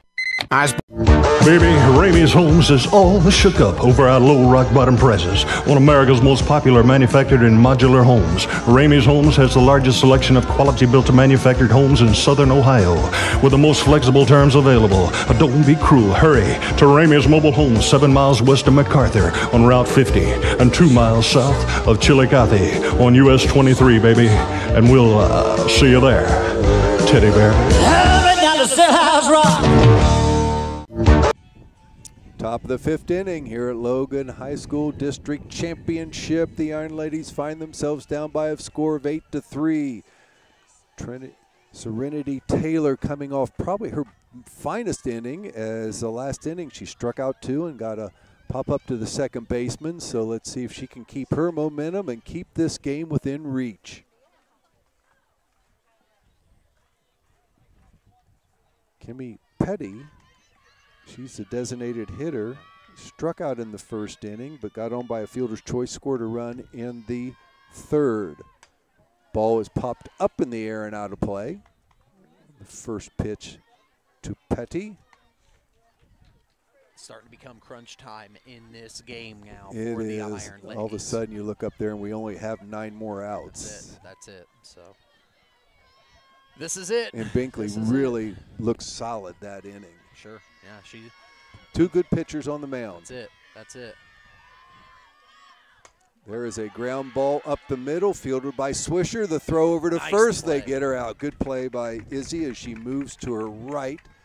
Makes a little bit longer throw near second base and gets the lead runner out. How about that freshman, huh? Strikes out to end the inning, comes out, makes a really tough defensive play, able to get the ball over to first base in time. Hats off to Izzy Swisher there. Great play.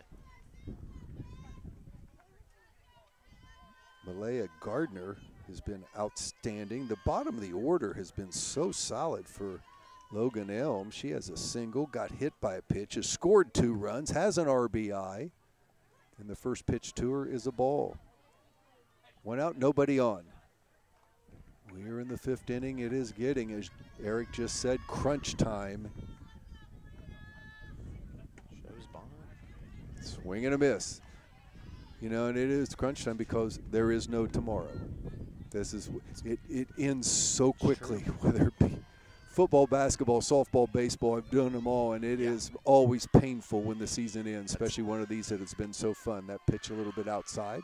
Well, the spring sports season is only technically an 8-week season. It is a short season, and it's compressed, and you have all this activity with 2 and 3 games every week. Sometimes 4 after rainouts. And then all of a sudden it's over. That pitch is low. I want to say hats off to you guys for what you've done this spring. You and Pete have covered more baseball and softball than probably you've ever done for Jackson this spring. So I want to give a special shout out to both of you gentlemen. It's our labor of love. I'm giving the shout out because you get us set up with the technical part of this. We just talk. Well, there's a foul ball down the left field line. Well, for just talkers, the Jackson community sure is blessed with 2 of the best in the business. So we appreciate the efforts from you and Telegram, Pete. Yeah, the main man. The main man. He's the main man of all things. Of a lot of things. Full count.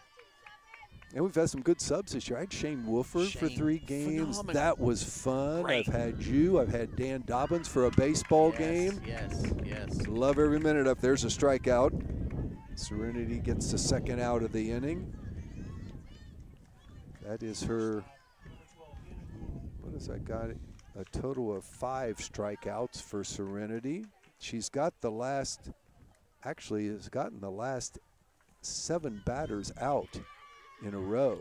I would love to know, and we don't keep this statistic, of course, but I would love to know how many times she's had 2 strikes on a hitter today.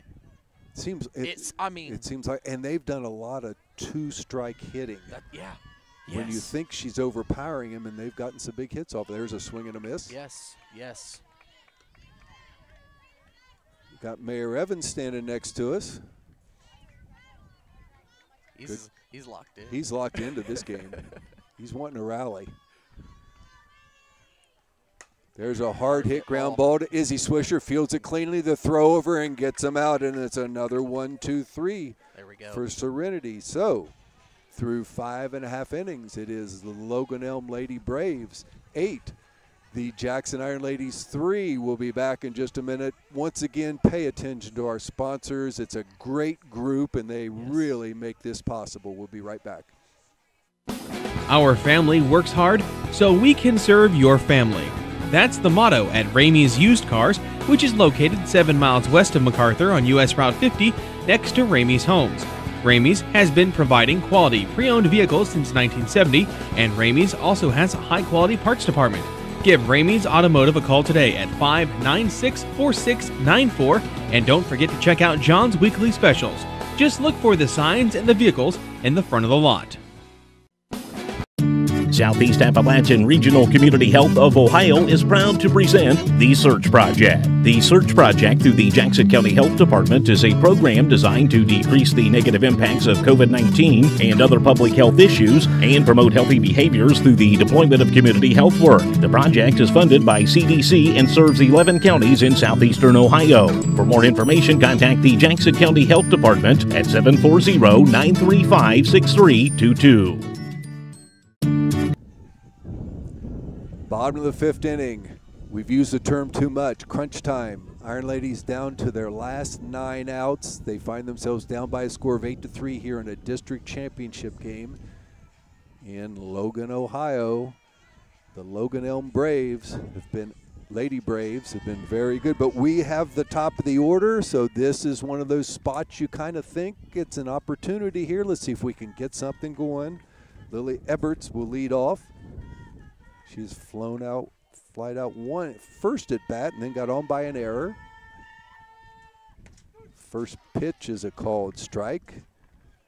Third time you've seen a pitcher says a lot of times as well. So tell you, Coach Josh McGraw talks a lot about that. Yes. You get to see a pitcher that third time, things tend to happen, and he thinks of it from the pitching side too. That pitch is outside. Yeah. And I'll tell you what, he is probably as proactive as any coach in the area with that when it comes to the pitching side of it. I think so. He'll get him into his bullpen quick. Yep. Eberts, the shortstop, an all-FAC player. And there's a ball popped up, hit in the air, but it's in play. Shortstop's going to camp under it and make the out. It's Gooley on the snare. Bryn Denny, one of our 2 seniors coming up. She has popped the ball up and grounded out.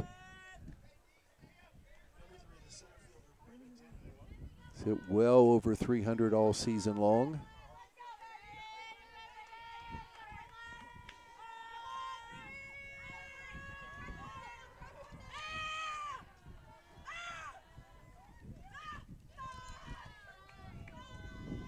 Bryn, one of those base running threats if we can get her on. She has 16 stolen bases on the season.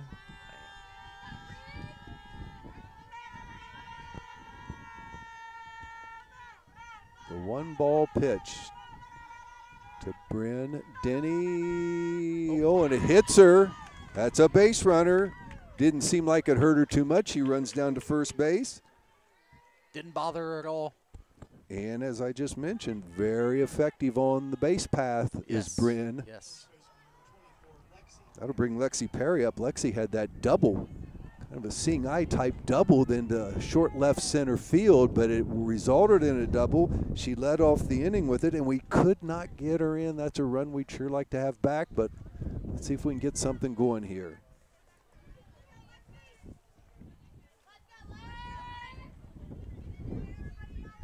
I find the defensive alignment for Logan Elm's left fielder very interesting, considering we've been ahead all game long. So let's see if we can take advantage of something like that. There's a throw down to first base. Bryn dives back and is back safe. First pitch was a ball to Lexi. You know, the outfielders seem so deep, but this isn't a real deep park, so it's a little bit deceiving. Yeah.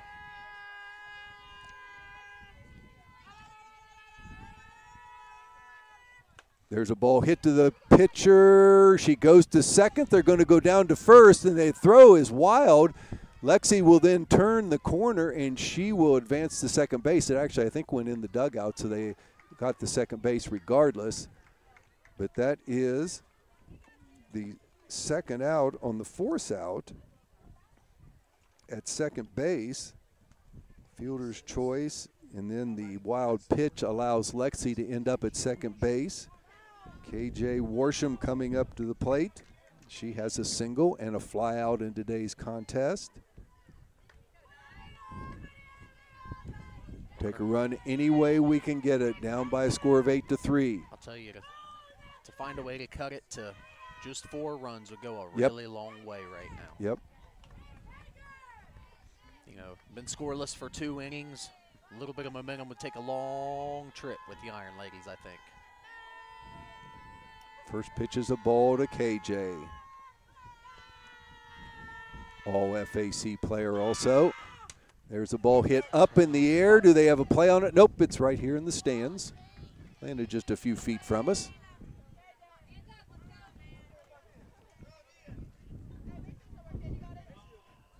Big-time softball supporter Mike Alford there. Didn't make a very good play on that one. Nothing against him.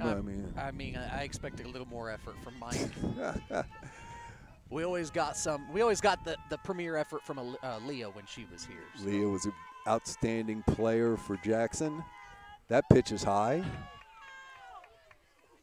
Lexi takes a look but stays on second base. You know, Mike was a big supporter and worker to get that Emily Cooper hitting facility built by our stadium, which is just spectacular. And why do we have those hitting averages? Why do you think?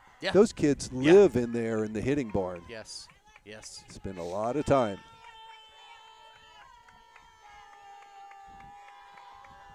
The pitch to KJ. Oh, and she watches a strike go. That was, I think, a fastball from her, which is unique. Evens the count out at 2-2, 2-2, 2 outs, runner on second.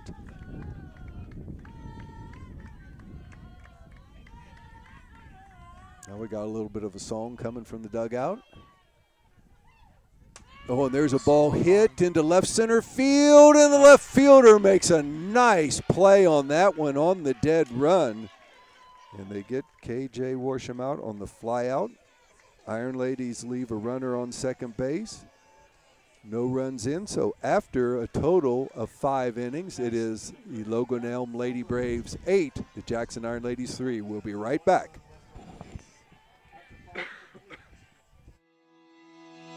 A healthy, confident smile starts here at Southern Ohio Smiles. Whether you need a routine cleaning, cosmetic dentistry, or advanced dental care, our expert team is here to make your experience comfortable and stress-free. We're committed to providing top-quality care for the whole family. Schedule your appointments today at southernohiosmiles.com. Southern Ohio Smiles, brightening smiles, one patient at a time. Visit us online or call today to book your appointment. Home, it's your sanctuary. It's pajamas at noon and cookies in the oven. It's fingerprints on the wall and heights measured in a doorway. It's the one place in the world that you know better than anyone else. Vinton County National Bank wants to help you build that messy, wonderful, cherished place where you can live a life you love for years to come. That's our promise. VCNB, here for you now, here for your future. Visit vcnbfamily.bank for our construction special. Member FDIC, Equal Housing Lender. Home. Top of the 6th inning, Jackson finds himself still down by a score of 8-3, and it all started in that first inning where Logan Elm put 6 runs on the board. Since then, the Iron Ladies have outscored them 3-2, but they've just missed a couple opportunities. We've left a couple runners at second base. We could have cut into this lead, so big comeback we have to have here with just a few outs left. It's going to go down as one of the greats if we can make it happen here. First pitch is a strike. One thing about it, Serenity Taylor, they hit her hard early on, but she's got 8 straight outs. 3 of those are by strikeout.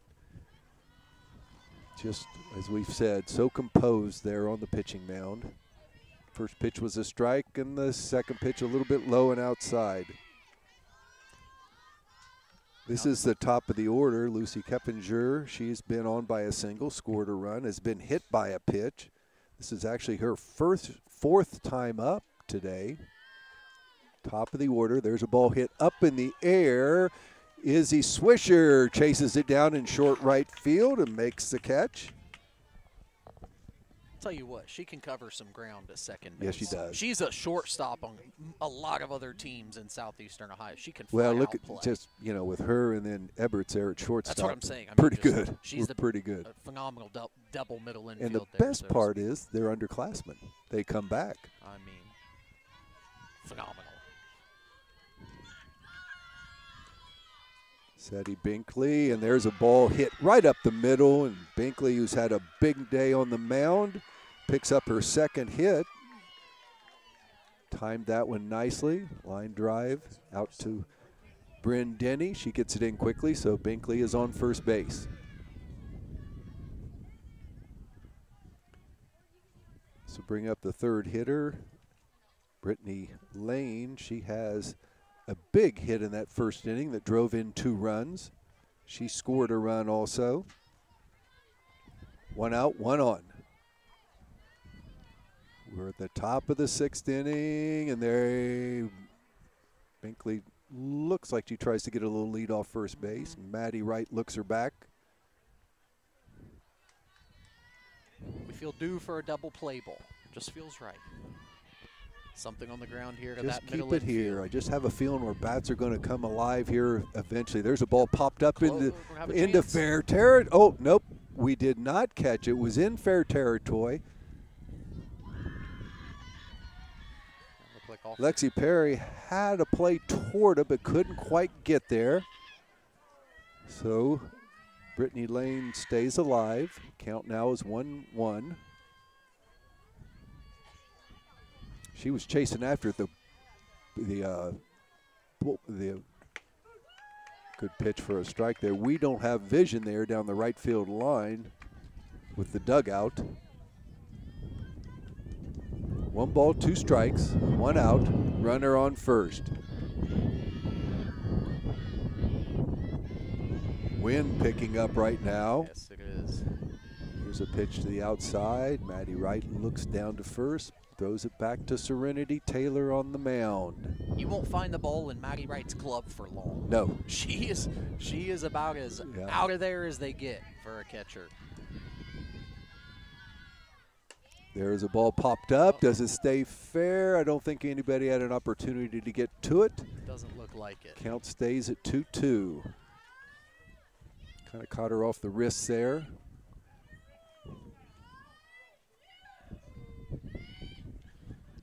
That was 9 straight batters that Serenity got out until that last single by Binkley.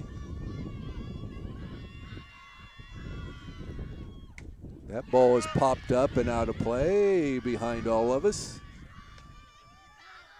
Big crowd on hand, even though there's another game coming up, so you know their fans are coming in too. But it's standing room only here at Logan High School. Absolutely. Great atmosphere for district championship softball game. Ball fouled back against the screen. What a battle we got going on here right now. Brittany Lane is their number 3 hitter. So one of their very best, facing one of the very best pitchers in Southeast Ohio.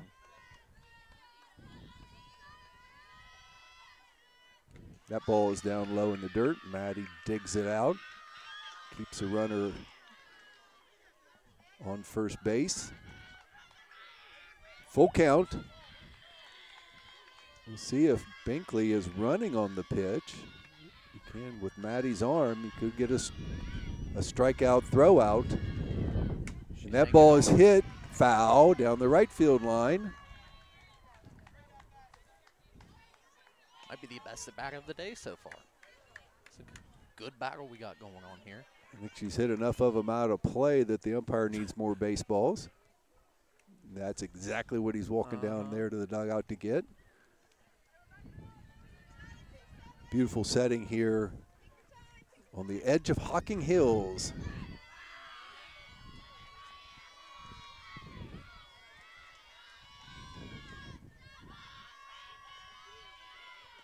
That pitch is high, and it'll be a walk. So we got 2 on. There is 1 out.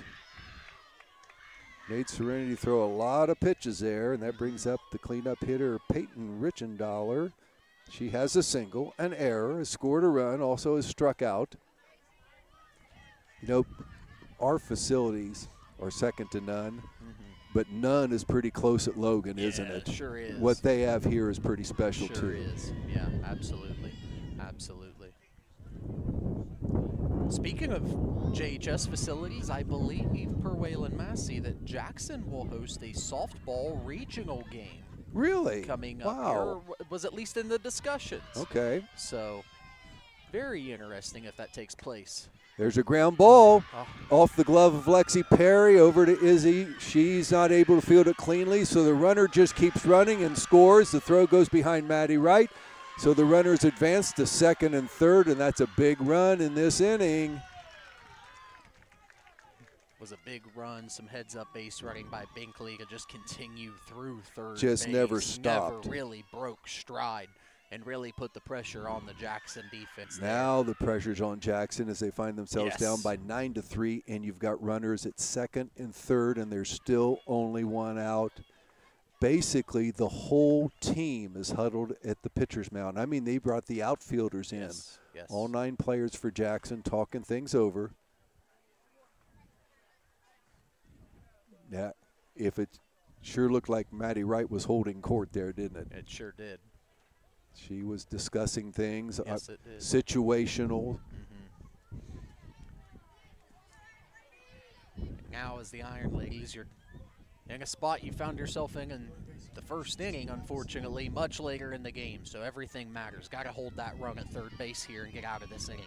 1 run in, runners on second and third, just still 1 out.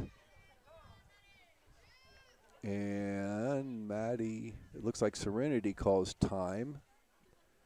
Maddie Wright has to adjust her helmet. It looked like.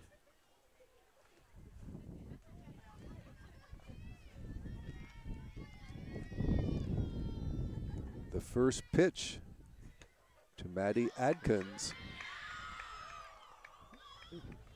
is a ball. Runners in scoring position, second and third. 6-run lead for Logan Elm. Iron Ladies need 2 outs. Adkins pops it up, out of play. She is actually 0 for 3. 2 strikeouts and a fly out. 12 hits in the contest for Logan Elm. There's a ball hit right to Lexi Perry. She makes the catch. That's big. Keeps the runners, holds the runners, takes a quick look at both of them.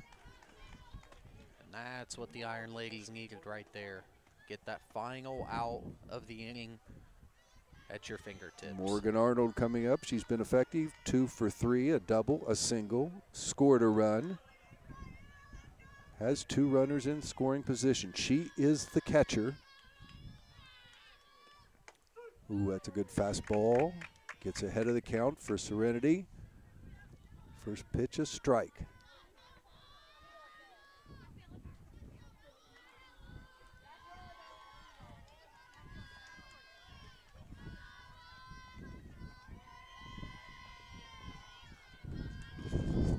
Boy, the wind is really picking up. There's a strike on the outside part of the plate. Quickly gets ahead of the count, 0-2. There are 2 outs. Big out here. We got to stay within reach. Yes, yes. It is notably blowing out towards left center field at this point, Yes. too. Pitch is high and outside. 1 ball, 2 strikes.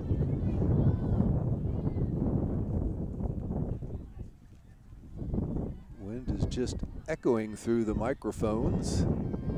We like to bring the elements to the air with you. We have all May. There's a pitch. That one's high. 2-2 the count.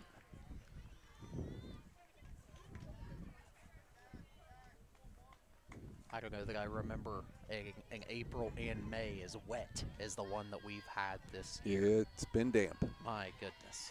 Thank goodness we have very good facilities. Yes. That drain and we can play. There's a swing and a miss. Nice. That is a strikeout, but The Lady Braves come up with a run on 1 hit, an error, a walk.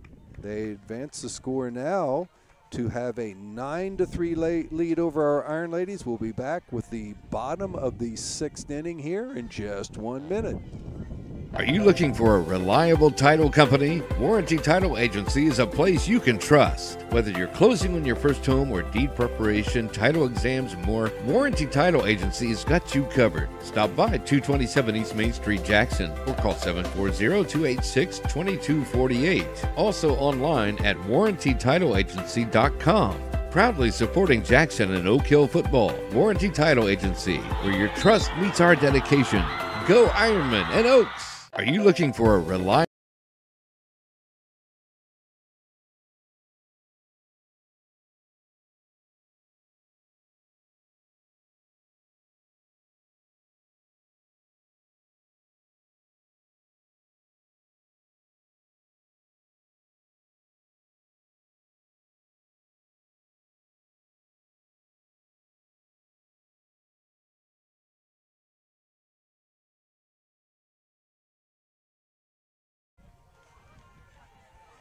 Bottom of the 6th inning.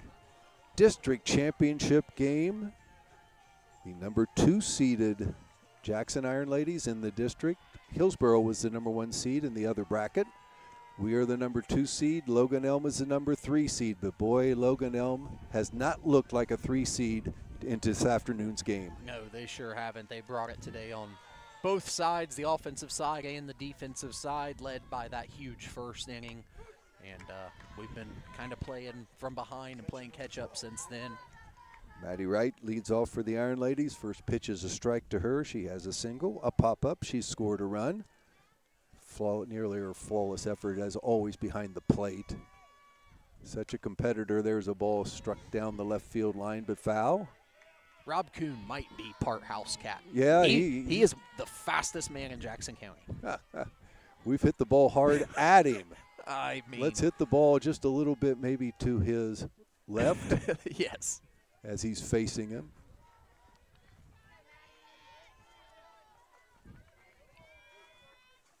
The 0-2 pitch. Shows bunt.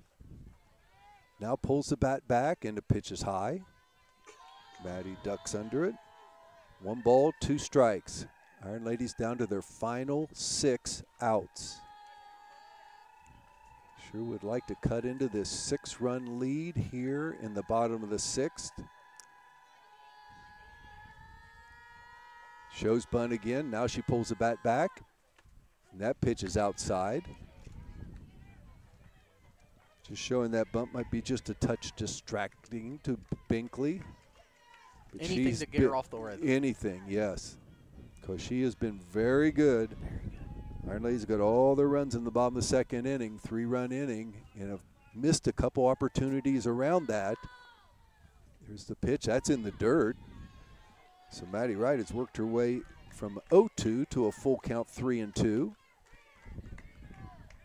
Tell you, a leadoff runner would be a huge thing for the Iron Ladies' momentum. We need base runners. The full count. Coming to our catcher, Maddie Wright. That pitch, she foul tips it. Might have been a little bit high, but she was swinging away. Foul tipped it back. She's alive still. Tell you what, it's a good pitch, but also a great piece of hitting. Well, just to keep yourself alive and make that adjustment. She's an aggressive player. She's not looking for a walk. She wants to hit the ball. The full count from Binkley, and that one is too high to even swing at. Maddie works a walk out of that 0-2 spot. It was a great at-bat by Maddie Wright to start the inning off. Daisy Howard's hit the ball well today. Has a single, scored a run, did fly out with another hit. She hit one of those shots down to the third base, at the third base coach earlier. Yes.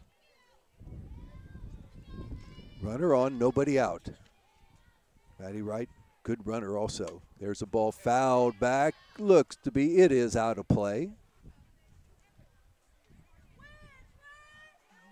As we mentioned, Daisy just seems to have a knack to put the bat on the ball. we're going to see a lot of hits for her. She's only a freshman over the next few years.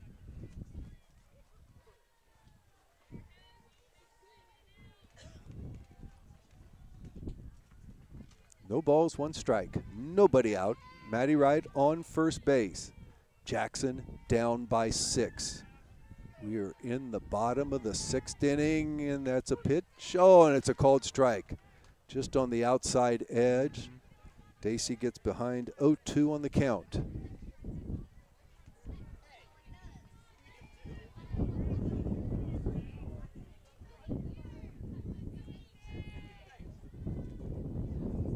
Looking to stay alive. That pitch is hit down the left field line, but foul. Turned on it nicely.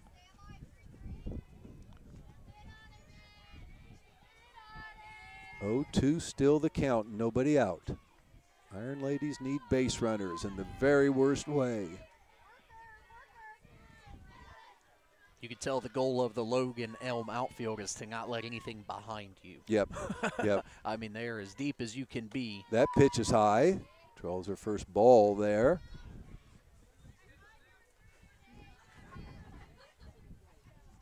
Yeah, it takes an awful lot of singles to catch up on 6 runs, but you don't need the ones in the gap. Sure does.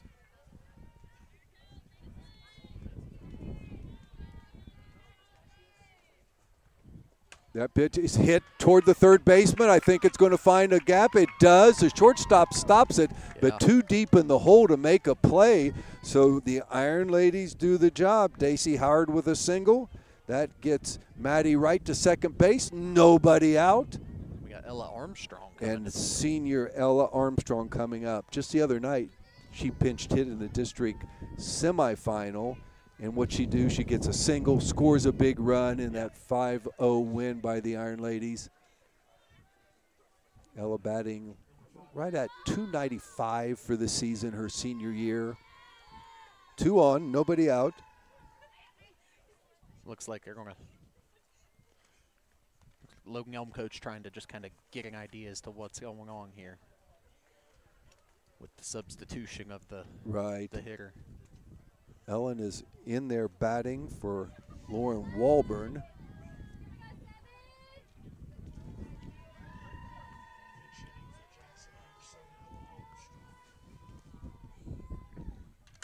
Ella hits the ball up in the air. Do they have a play on it? They do. The shortstop able to make the catch. Popped it up. Big first out when you're thinking for the Lady Braves. But still 2 on and only 1 out. Now we got Brynlee Smalley coming up, another freshman. Brynlee's batted over 300 this season when she's had her opportunities. Good base runner. Has good speed. I've seen her attempt bunts before. I don't know whether you'd bunt right now, but if you do, you're bunting for a single. That's, we've seen the damage of singles today as well. Yep. So, I mean. We'll just see what they're thinking here. Brynlee Smalley coming up, 1 out, 2 runners on. Both runners on base, good runners. Maddie Wright, Dacey Howard. And Brynlee into the box.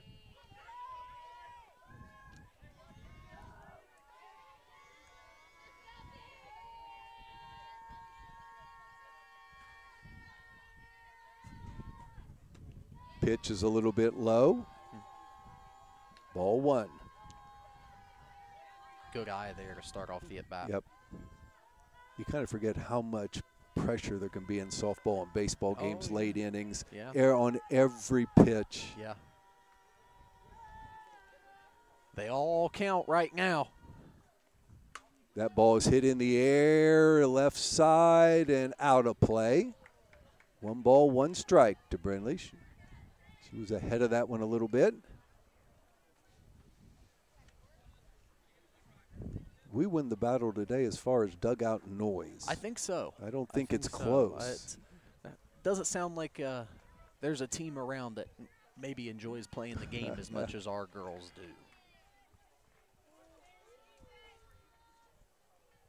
Trying to add some noise now. There's a hard hit ball to the third baseman. She fields it cleanly, touches the bag, throws over to first, not near in time, but gets the lead runner. And I'll tell you, that was a outstanding play by the third baseman to get the force out. Yeah. Yep, heads up, hard hit ball. Yes. Knowing exactly what you're doing with it. Right, immediately went to the bag. Yeah, yeah. So that gives us Daisy Howard on second, Brinley Smalley on first. Once again, both good base runners. Izzy Swisher hits the ball foul down the left field line. Izzy has a single, 2 RBIs, and a strikeout in the contest. We could use some of that Swisher power about now. 6 home runs on the season, leads this Iron Lady team in that category. The wind gusting out to left and left center field. There is a ball hit and just foul over the third baseman's head and foul by about 3 feet down the left field line. That would have had the girls in the red uniforms running a little while. I think so.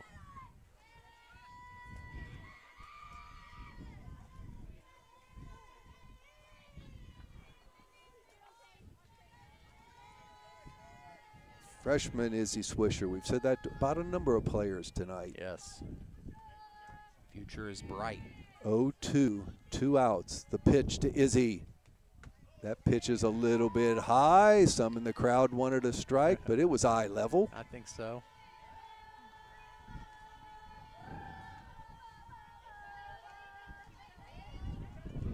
Those are tough pitches to hold on, aren't they, at 0-2? But yeah. 1 ball, 2 strikes, 2 outs, 2 on. It's a tough hitter to get past at the plate, freshman or not. That pitch is real high. Runners will stay. Catcher makes a pretty good catch on that. So it's 2-2 now to Izzy.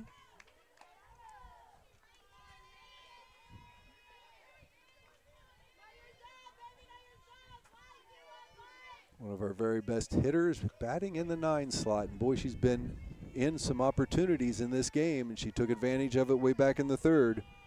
2 RBI hit. Here's the pitch. Oh, and they call the strike, and I don't think Izzy thought it was, but the umpire did. So it's a called 3rd strike. So the Iron Ladies are out of the inning. So after 6 full innings, it is the Lady Braves 9, the Jackson Iron Ladies 3. Eric, I'm going to turn it over to you in the 7th and put a little pressure on you. You got to come up with a big 7th inning for us. Rally Hap song. Okay, that's all I need to hear. Let's do it. We're going to take a quick timeout. We'll be back with the 7th inning of this afternoon's district championship baseball game. Life is unpredictable, but with Dan Daly at State Farm, you can be prepared for anything. Whether it's auto, home, life, or business insurance, Dan and his team are here to provide personalized coverage that fits your needs. Get the protection you deserve from a name you trust. Dan Daly State Farm Insurance, here to help life go right. Visit online or stop by in Jackson, Ohio.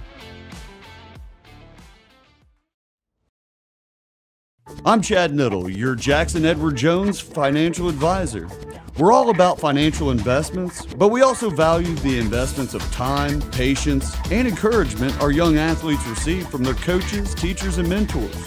That's why Chad Niddle and Edward Jones are a proud sponsor of Jackson Ironman Baseball on WYPC. Give us a call at 740-286-4872 or visit edwardjones.com for all your investment needs. Edward Jones, Member Securities Investor Protection Corp. Welcome back to Logan High School, where the Jackson Iron Ladies are currently trailing the Logan Elm Lady Braves 9-3 here in the top of the 7th inning.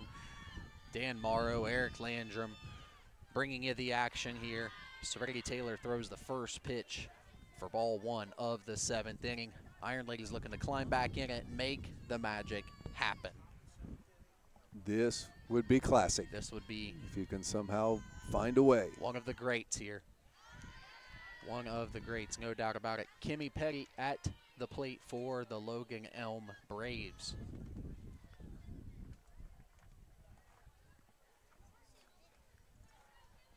Two-0 count here. And that pitch is thrown in there for the first strike of the 7th inning. Petty has scored a run. Actually, is 0 for 3 in the contest, but one of those was a fielder's choice, got her on base, and she ended up scoring a run in that 2-run inning. Hit hard at Swisher at second base, bobbles it, gets it over to first. It is in time, and she's able to get the first out of the inning, not without making it just a bit interesting for us here. Izzy didn't field it cleanly, but stayed right with it and got the throw over quickly to Lexi Perry to get a very big first out. And yet again, Swisher, unfortunately, strikes out, comes back, and has a great defensive play to start the next inning. I love the resilience from the young freshman. Well, we're going to enjoy watching her for 3 more years. Oh, my goodness, yes. Her dad was quite the athlete as well. One of the strongest running backs I have watched at Jackson High School, and I've seen a lot of them. Unreal. She gets the power, honestly. No mistake about that. Malia Gardner, the right fielder at the plate for the Lady Braves. And I don't mean just to say strongest, one of the best, too. I mean, he's up there in a short list. That 46 jersey ranks moved high. to pile. I mean, he moved to pile. Between the tackles, he's as good as it got. Yep.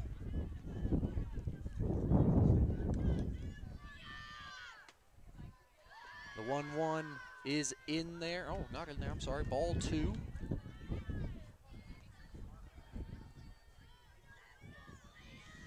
Ball 2, and as I mentioned, Gardner, like the rest of this Braves lineup, has not been an easy out today. No. She's done a good job. Has scored 2 of the runs, been hit by a pitch. And that was the questionable one on the hit by a pitch. Has his single and an RBI, 2 runs scored. Taylor offers on the 3-1. And it's just outside, ball 4. And Gardner earns herself a walk. 1 out here. This, like we said, the bottom of the order has been very effective for the Lady Braves. At the plate now is Hannah Gooley, and she's hit 2 balls. Really hard. I mean, really hard today. One of those a double. That was in that 6-run first. Had an RBI. Off the top of the fence into center field. Yeah, that was. Rare ball by Maddie Wright, and she almost guns her out at second base. That's with the ball going back to the fence, and Maddie throws it down there, and it was a bang-bang call there, but she did get in safe.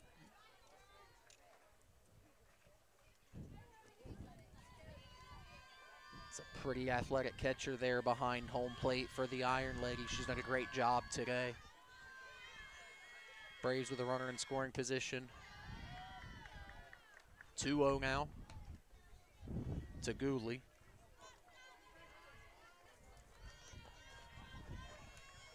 Long out here, top of the 7th. Iron Ladies trail 9-3. Time called. Looks like Coach Stevens going to take a trip out there and talk to his pitcher.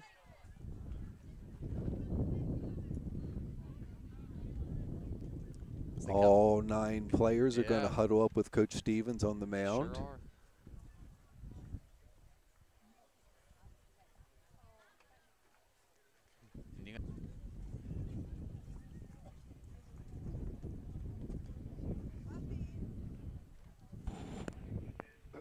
You know, as we mentioned, the youth of this team, kind of a program that arrived a year early, so to speak, or 2 years early even, but they've done some great things this season, trying to just keep their season alive at this point.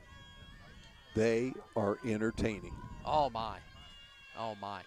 I know you guys had an opportunity to talk about the interview last night on the baseball broadcast that came after the district semifinals win over Waverly.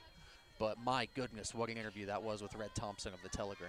I've heard he did a great job, yeah. And just the girls had so much fun in that interview as Taylor evens the count at 2-2 here. You can tell they enjoy being around each other. We were able to broadcast senior night, and both Ella and Bryn, you'd have thought they were professionals on the microphone. They're both so good, so fluid. Fun group. Yep. Fun group. That's always one of my favorite chant times when I get to interview some of the kids. Yeah.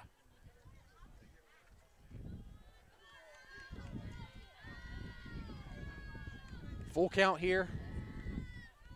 Runner at second base as the 3-2 is fouled away.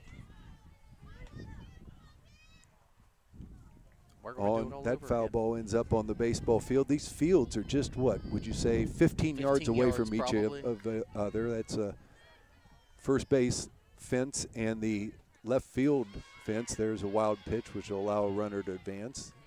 Ball 4 as well. That was a walk too, yes. So we got first and third here now with one out the top of the 7th inning. The Iron Ladies not able to afford to give away any more runs at this point in the game. So still in double play territories. It looks like we're back to the top of the order here with Kaplinger coming back to the plate. Very seldom will you see batters hit a 5th time in a game. Right, and this is what Kaplinger is getting the opportunity to do. That ball's popped up to Swisher.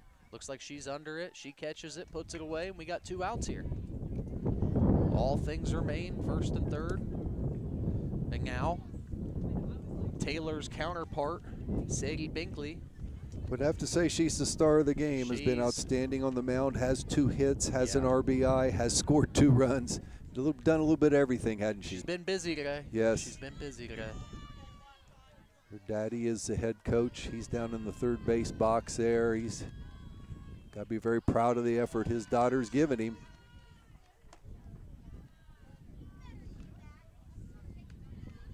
First pitch of the at-bat is ball 1.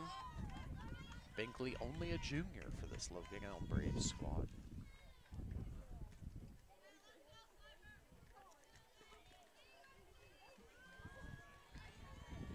Taylor delivers the 1-0, and it is in there for strike 1. Talking in the pregame with Coach Stevens, both of us agreed we should be playing a team like Logan Elm. Yes. You'd like to get them on the schedule. Yeah. Easy drive, good quality opponent. Always a good quality Always opponent. good. Tough program. Also said I'd love to see him get into the Frontier Athletic Conference. We've always wished. Hit hard. Oh, Swisher. nice. And she's able to come away with it for the 3rd out of the inning. Busy half inning for Izzy Swisher at second base. That's going to take us into the bottom half of the inning where the magic has to happen. So we're going to be back here at Logan High School in just a moment for more Jackson Iron Ladies softball as they take on the Logan Elm Braves. Keep it right here, Total Media Sports YouTube. Monroe's Frame and Collision, our work says it all. For the best in repair, see the people who care. We make it easy to do, cause we care about you.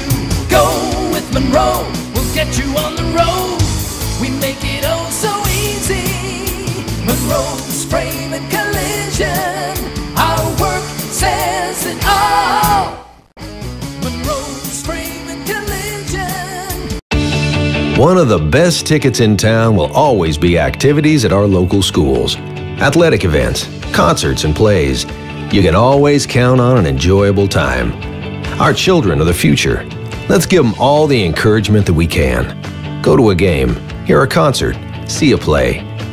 Ohio Valley Bank. Community first. Member FDIC.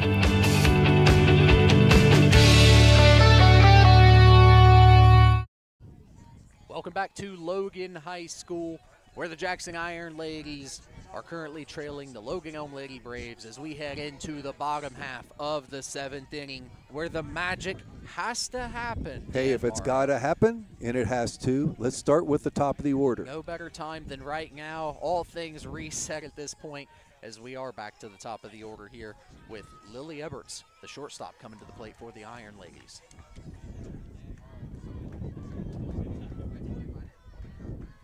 Binkley delivers the first pitch of the inning. Swung on, hit hard down the left field line, but foul. Heads up. That's one of the hardest hits we've had all day. That was she probably really cranked that one. Wow. That ball got down the left field line. We've hit the ball down the left field line a lot today and just haven't had any luck keeping it in fair play. Again, seems to be the timing that Binkley offers with the off-speed you know, kind of as her nature of pitch, so to speak. As the 0-1 is on the way. Swung on, popped up. Binkley takes it into her hands herself as she powers through Arnold, catches the ball, hangs on to it. And that is the first out of the inning. It's really a good play by Binkley because she and the catcher collide right at that moment she makes the catch. Could have been an easy one to drop, and we have a runner on first base to start the inning. Absolutely. Absolutely.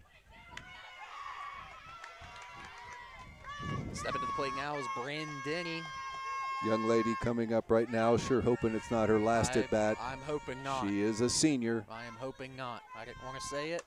Ooh, a shot. Hit hard at the third baseman, who gets it over to the first baseman, Brittany, laying in time. And that is out number 2.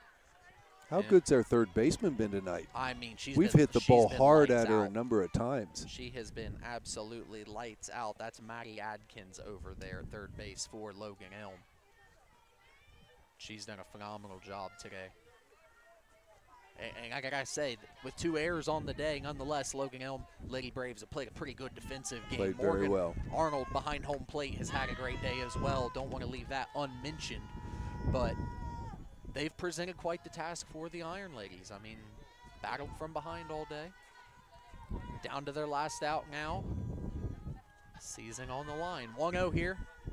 Binkley in the circle. Away, swung on, hit hard to left field. Bobbled by the left fielder. But nonetheless, Perry at first base. Lexi's second hit in the contest. She had a double early on. Now a hard hit single. That was a no-doubter. Well, I had to wonder if she was going to extend that one into 2 bases the way she hustled out her double earlier in this afternoon into left field. So, although we're in a spot you can't get thrown out on the bases right now. Exactly. Got to take them maybe one at a time. One at a time. And everything's got to be a guarantee. That's the easiest way to look at it on the base paths. It's got to be a guarantee. Looks like KJ Worsham at the plate for the Iron Ladies. She looks at ball 1.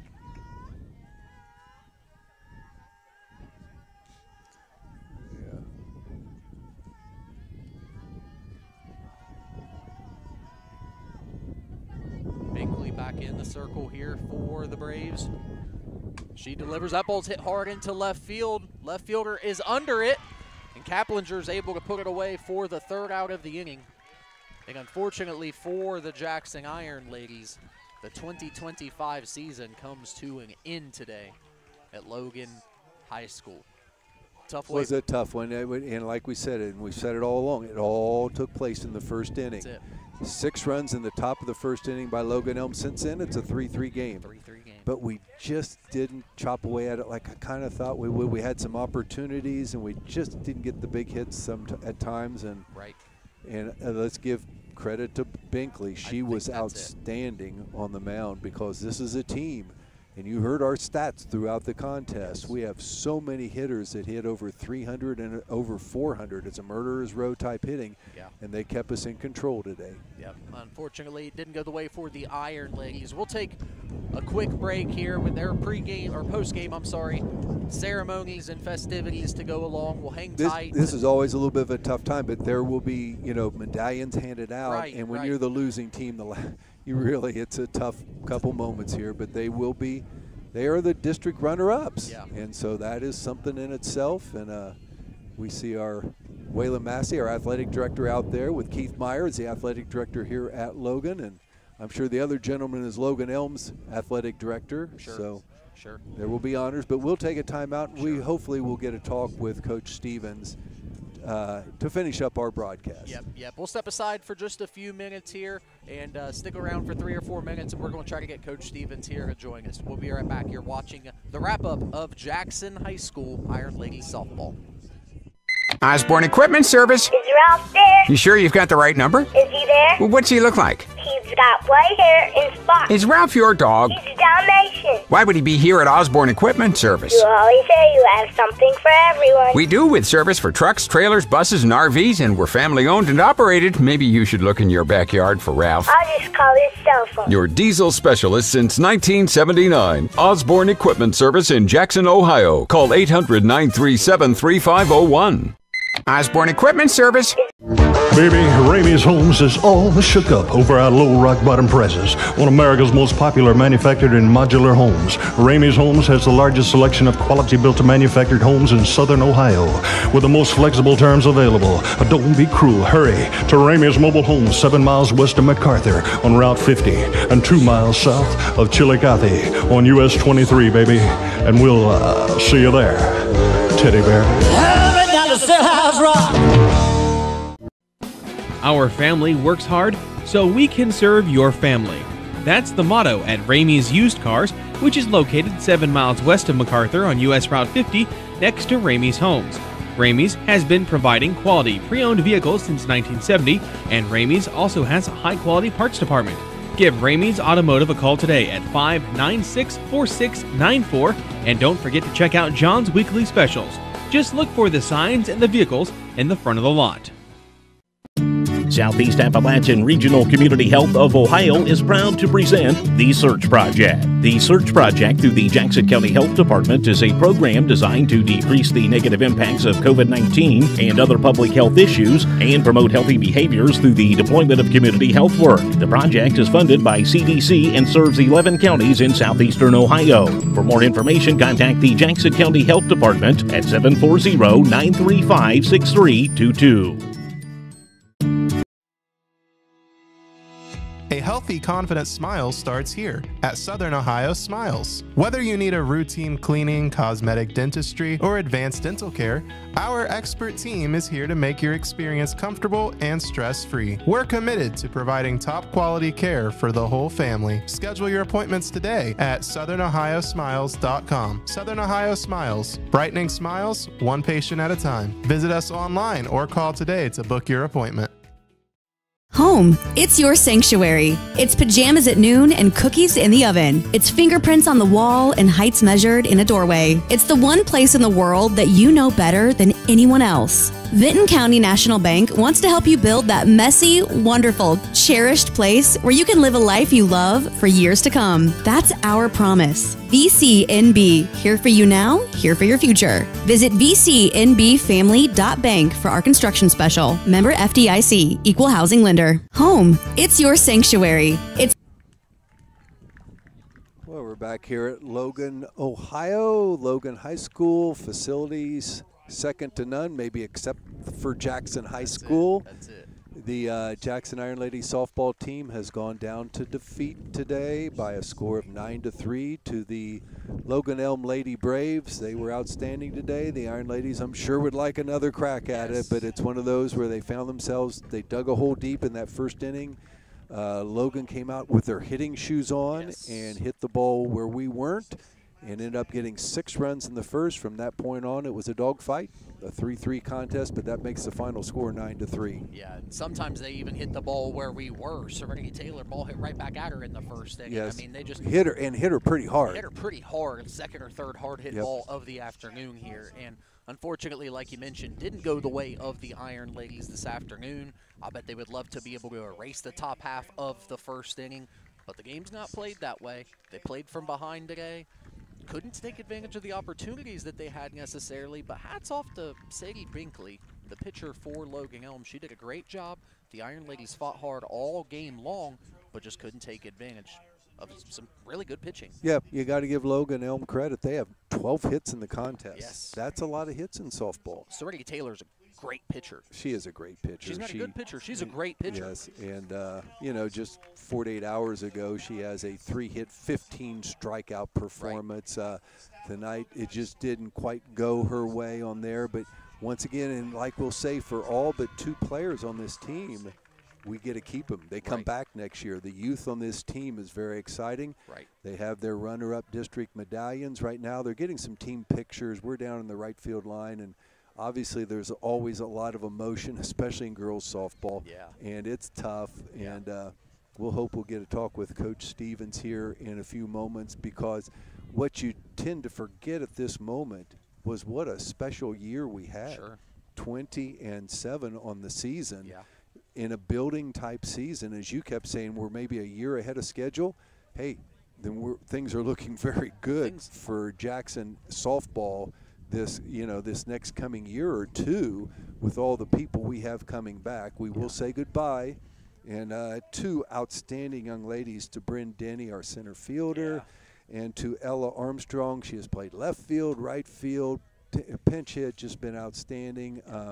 Two outstanding young ladies, and now they are going to hustle back and hopefully get their emotions together, because a very special night in their life is called graduation. Absolutely. Here in a few hours. Yeah, and for those two young ladies, in my perspective, this was the second most important event of their day. Yeah. In my eyes. So hopefully they're able to rally, gather the emotions that this has to be. There's no way to separate passion and emotion, but hopefully they're able to put it aside, enjoy the graduation night and the culmination of an educational career as well, and just take in the night. So I do anticipate that we might get Coach Stevens over here to join us. I think so. They're kind of gathering everything, and once again, it is always hard for these seasons to end. I tell you, and it's so brutal. Football, basketball, baseball, softball, we do them all, and they end so quickly. They do. It's just tough. And like I said, some of the hardest things I do is that last interview. I love interviewing the coaches. I love interviewing the players. But the last one after a defeat, that just an hour and a half ago, you were so excited, on top of the world with a district championship opportunity, and it doesn't happen, and you have to move on, and you start getting ready for next year. And I'll guarantee you, Coach Stevens probably already thinking about next season right now. I can only imagine what's going through his mind, and I can't wait to hear what he gives us here in just a little while. But you mentioned some of the programs and some of the things you do, but I don't want to overshadow the moment that this has been for softball. But I wouldn't mind taking a look ahead to next week, where boys baseball is going to take on Chillicothe over at Ohio University at Bob Wren Stadium, with a chance to do exactly what these ladies. We'll do a little work on history, because the Jackson Ironman baseball team at 24-1. Yeah. One of the very best seasons of all time for Jackson baseball. Absolutely. And maybe the winningest season of all time. We're going to check there, but we do have Coach Stevens coming our direction. There we go. We'll get a headset on him. And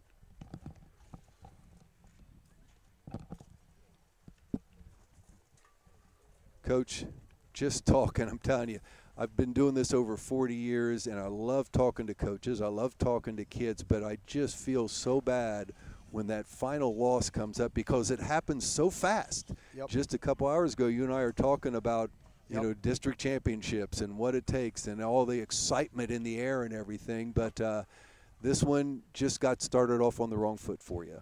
It did. I mean, you got to give them credit. They came in understanding Serenity, how she throws, understanding how hard she throws, and they came in swinging it early. We struggled to locate the changeup early, so they hurt us on the fastball, got dug in a big hole quick. But I will say, I still felt confident that, we could score 6 runs. I didn't feel like I was out of reach, but you got to give props to their pitcher, man. She just, I don't know what it is. She's deceitful of some sort, but we just could not square it up. It seemed like it took us forever.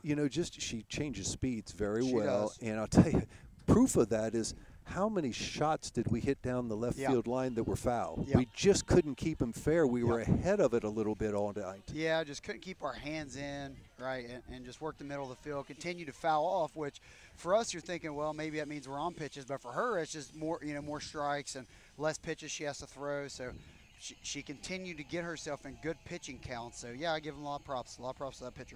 No question about it. After the 6-run first inning, it's a 3-3 game, which is kind of what you would have expected the game to be anyway with these two teams. And obviously, Logan Elm's a very good softball team. Yeah, they're good. I mean, our defense struggled today. It's just kind of the way it happens, right? It's just tournament softball. Unfortunately, our defense kind of fell apart several spots, and we had bases loaded and just had the one play on the field you hope don't happen. We hit the dribbler back to the pitcher, they go 4-1. So yes, just couldn't get it going. But good heads up play on them, to know 4-1. All high school teams can't make that simple play, but their third baseman made a couple plays on really just nice shots we hit down at her too. She's a good player. Yeah, she was good. They were good. Coach, you got to say goodbye to two very special young ladies as seniors. I know this is one of the hard things also, deal with a loss and say goodbye to seniors. Yeah, I mean, they're the first class we've had, when we start coaching, Alex and I, and then, I mean, we just love those kids, and they're both super good kids, and they're both good locker room kids, and they're good on the field. And, you know, I feel really confident they'll be successful, which is what we want, really. You know, I want to reach out to these girls next year and the year after, and how you doing? I want to hear good progress. So I hate to see them go. Right now they're flying out of here to go to graduation. I so know. Get down to it, but those two are going to be successful in whatever they kids, decide to do. I got to say, Bryn Denny the other night after the game came up and made a special attempt just to thank us for the effort of coming and doing some of their games. She appreciated it. And Ella Armstrong is so special. I've got to talk to her both in basketball and softball, and they're outstanding. Yeah, super good kids. Coach, let's end on something a little positive. The youth of this softball team and your softball program right now is on a real high note. It is. It is. I mean, and it's hard to look at that when you just lost to a team you feel like you should beat. But, you know, we're young, right? So we lost two. I understand we gained 2 holes we got to fill, but we have, I think, maybe 15 8th graders coming up. So, you know, and then what we have now are a bunch of girls in the dugout wanting a varsity spot. So I'm hoping we take this and you understand how you just can't take days off, right? You can't take any at-bats off, and you can't develop your big uppercut in the district championship. And I'm really excited, though, to see where we kick it off next year with this crew. Yeah. We are, too. And it's sure been a thrill this year for Total Media to pick up girls softball games, and we hope we can make that grow as years go. Yeah, you guys have been awesome. And for you to do that, and I get messages all the time, and I defer them to Eric usually because he's the contact I have. But everyone loves what you guys do. We love what you do. The girls love it. You know, your video's good. Everything's we love good. to do So it. I appreciate you guys. Coach, it's been fun. Enjoy the off season. I know you. One of the things you start doing the minute you lose that final game, you start thinking about next year. Yeah, you always start planning for practice and how we could have went different. So that is true. Yep, very true. Coach Brandon Stevens, the head coach of a team that just went 20-7, a 20-wins year softball team, and the future is bright. It is. Thank you, guys. Congratulations, Coach. Thanks for coming and talking to us after every broadcast, too. Appreciate Coach Brad Stevens coming and talking. It's never easy after the last game, but he does a great job, as do all the coaches at Jackson High School with their post-game interviews, and we appreciate their efforts. Yeah, absolutely. Phenomenal coach, phenomenal person, and just appreciate him taking the time to come over in a tough time and talk to us and give us the thoughts of the team, the program, all of it. Appreciate you coming over and helping me out today. This has been fun. Thanks for the year that you've given us. Football, basketball, baseball. There's only one man in Jackson that can do the things you do. So we appreciate the voice of the Iron Man and Iron Ladies. It's a labor of love. I love it. No question about it. I love it. Well, folks, this wraps up softball for the season, but there is still a lot of baseball to go. Tuesday, 2 o'clock, we are going to be at Athens, and we're going to bring you the Jackson Ironmen district semifinal game against FAC foe Chillicothe. On there. Ironmen have beat them twice this year, but you know that third time is never easy. So it's a big game for Coach Josh McGraw and his Ironmen, who have put together one of those legendary seasons. Yeah. See if we can get those dreaded Cavaliers one more time. No question about it. We will be there. We hope you'll be there with us. So for Eric Landrum, myself, Dan Morrow, good afternoon, everybody.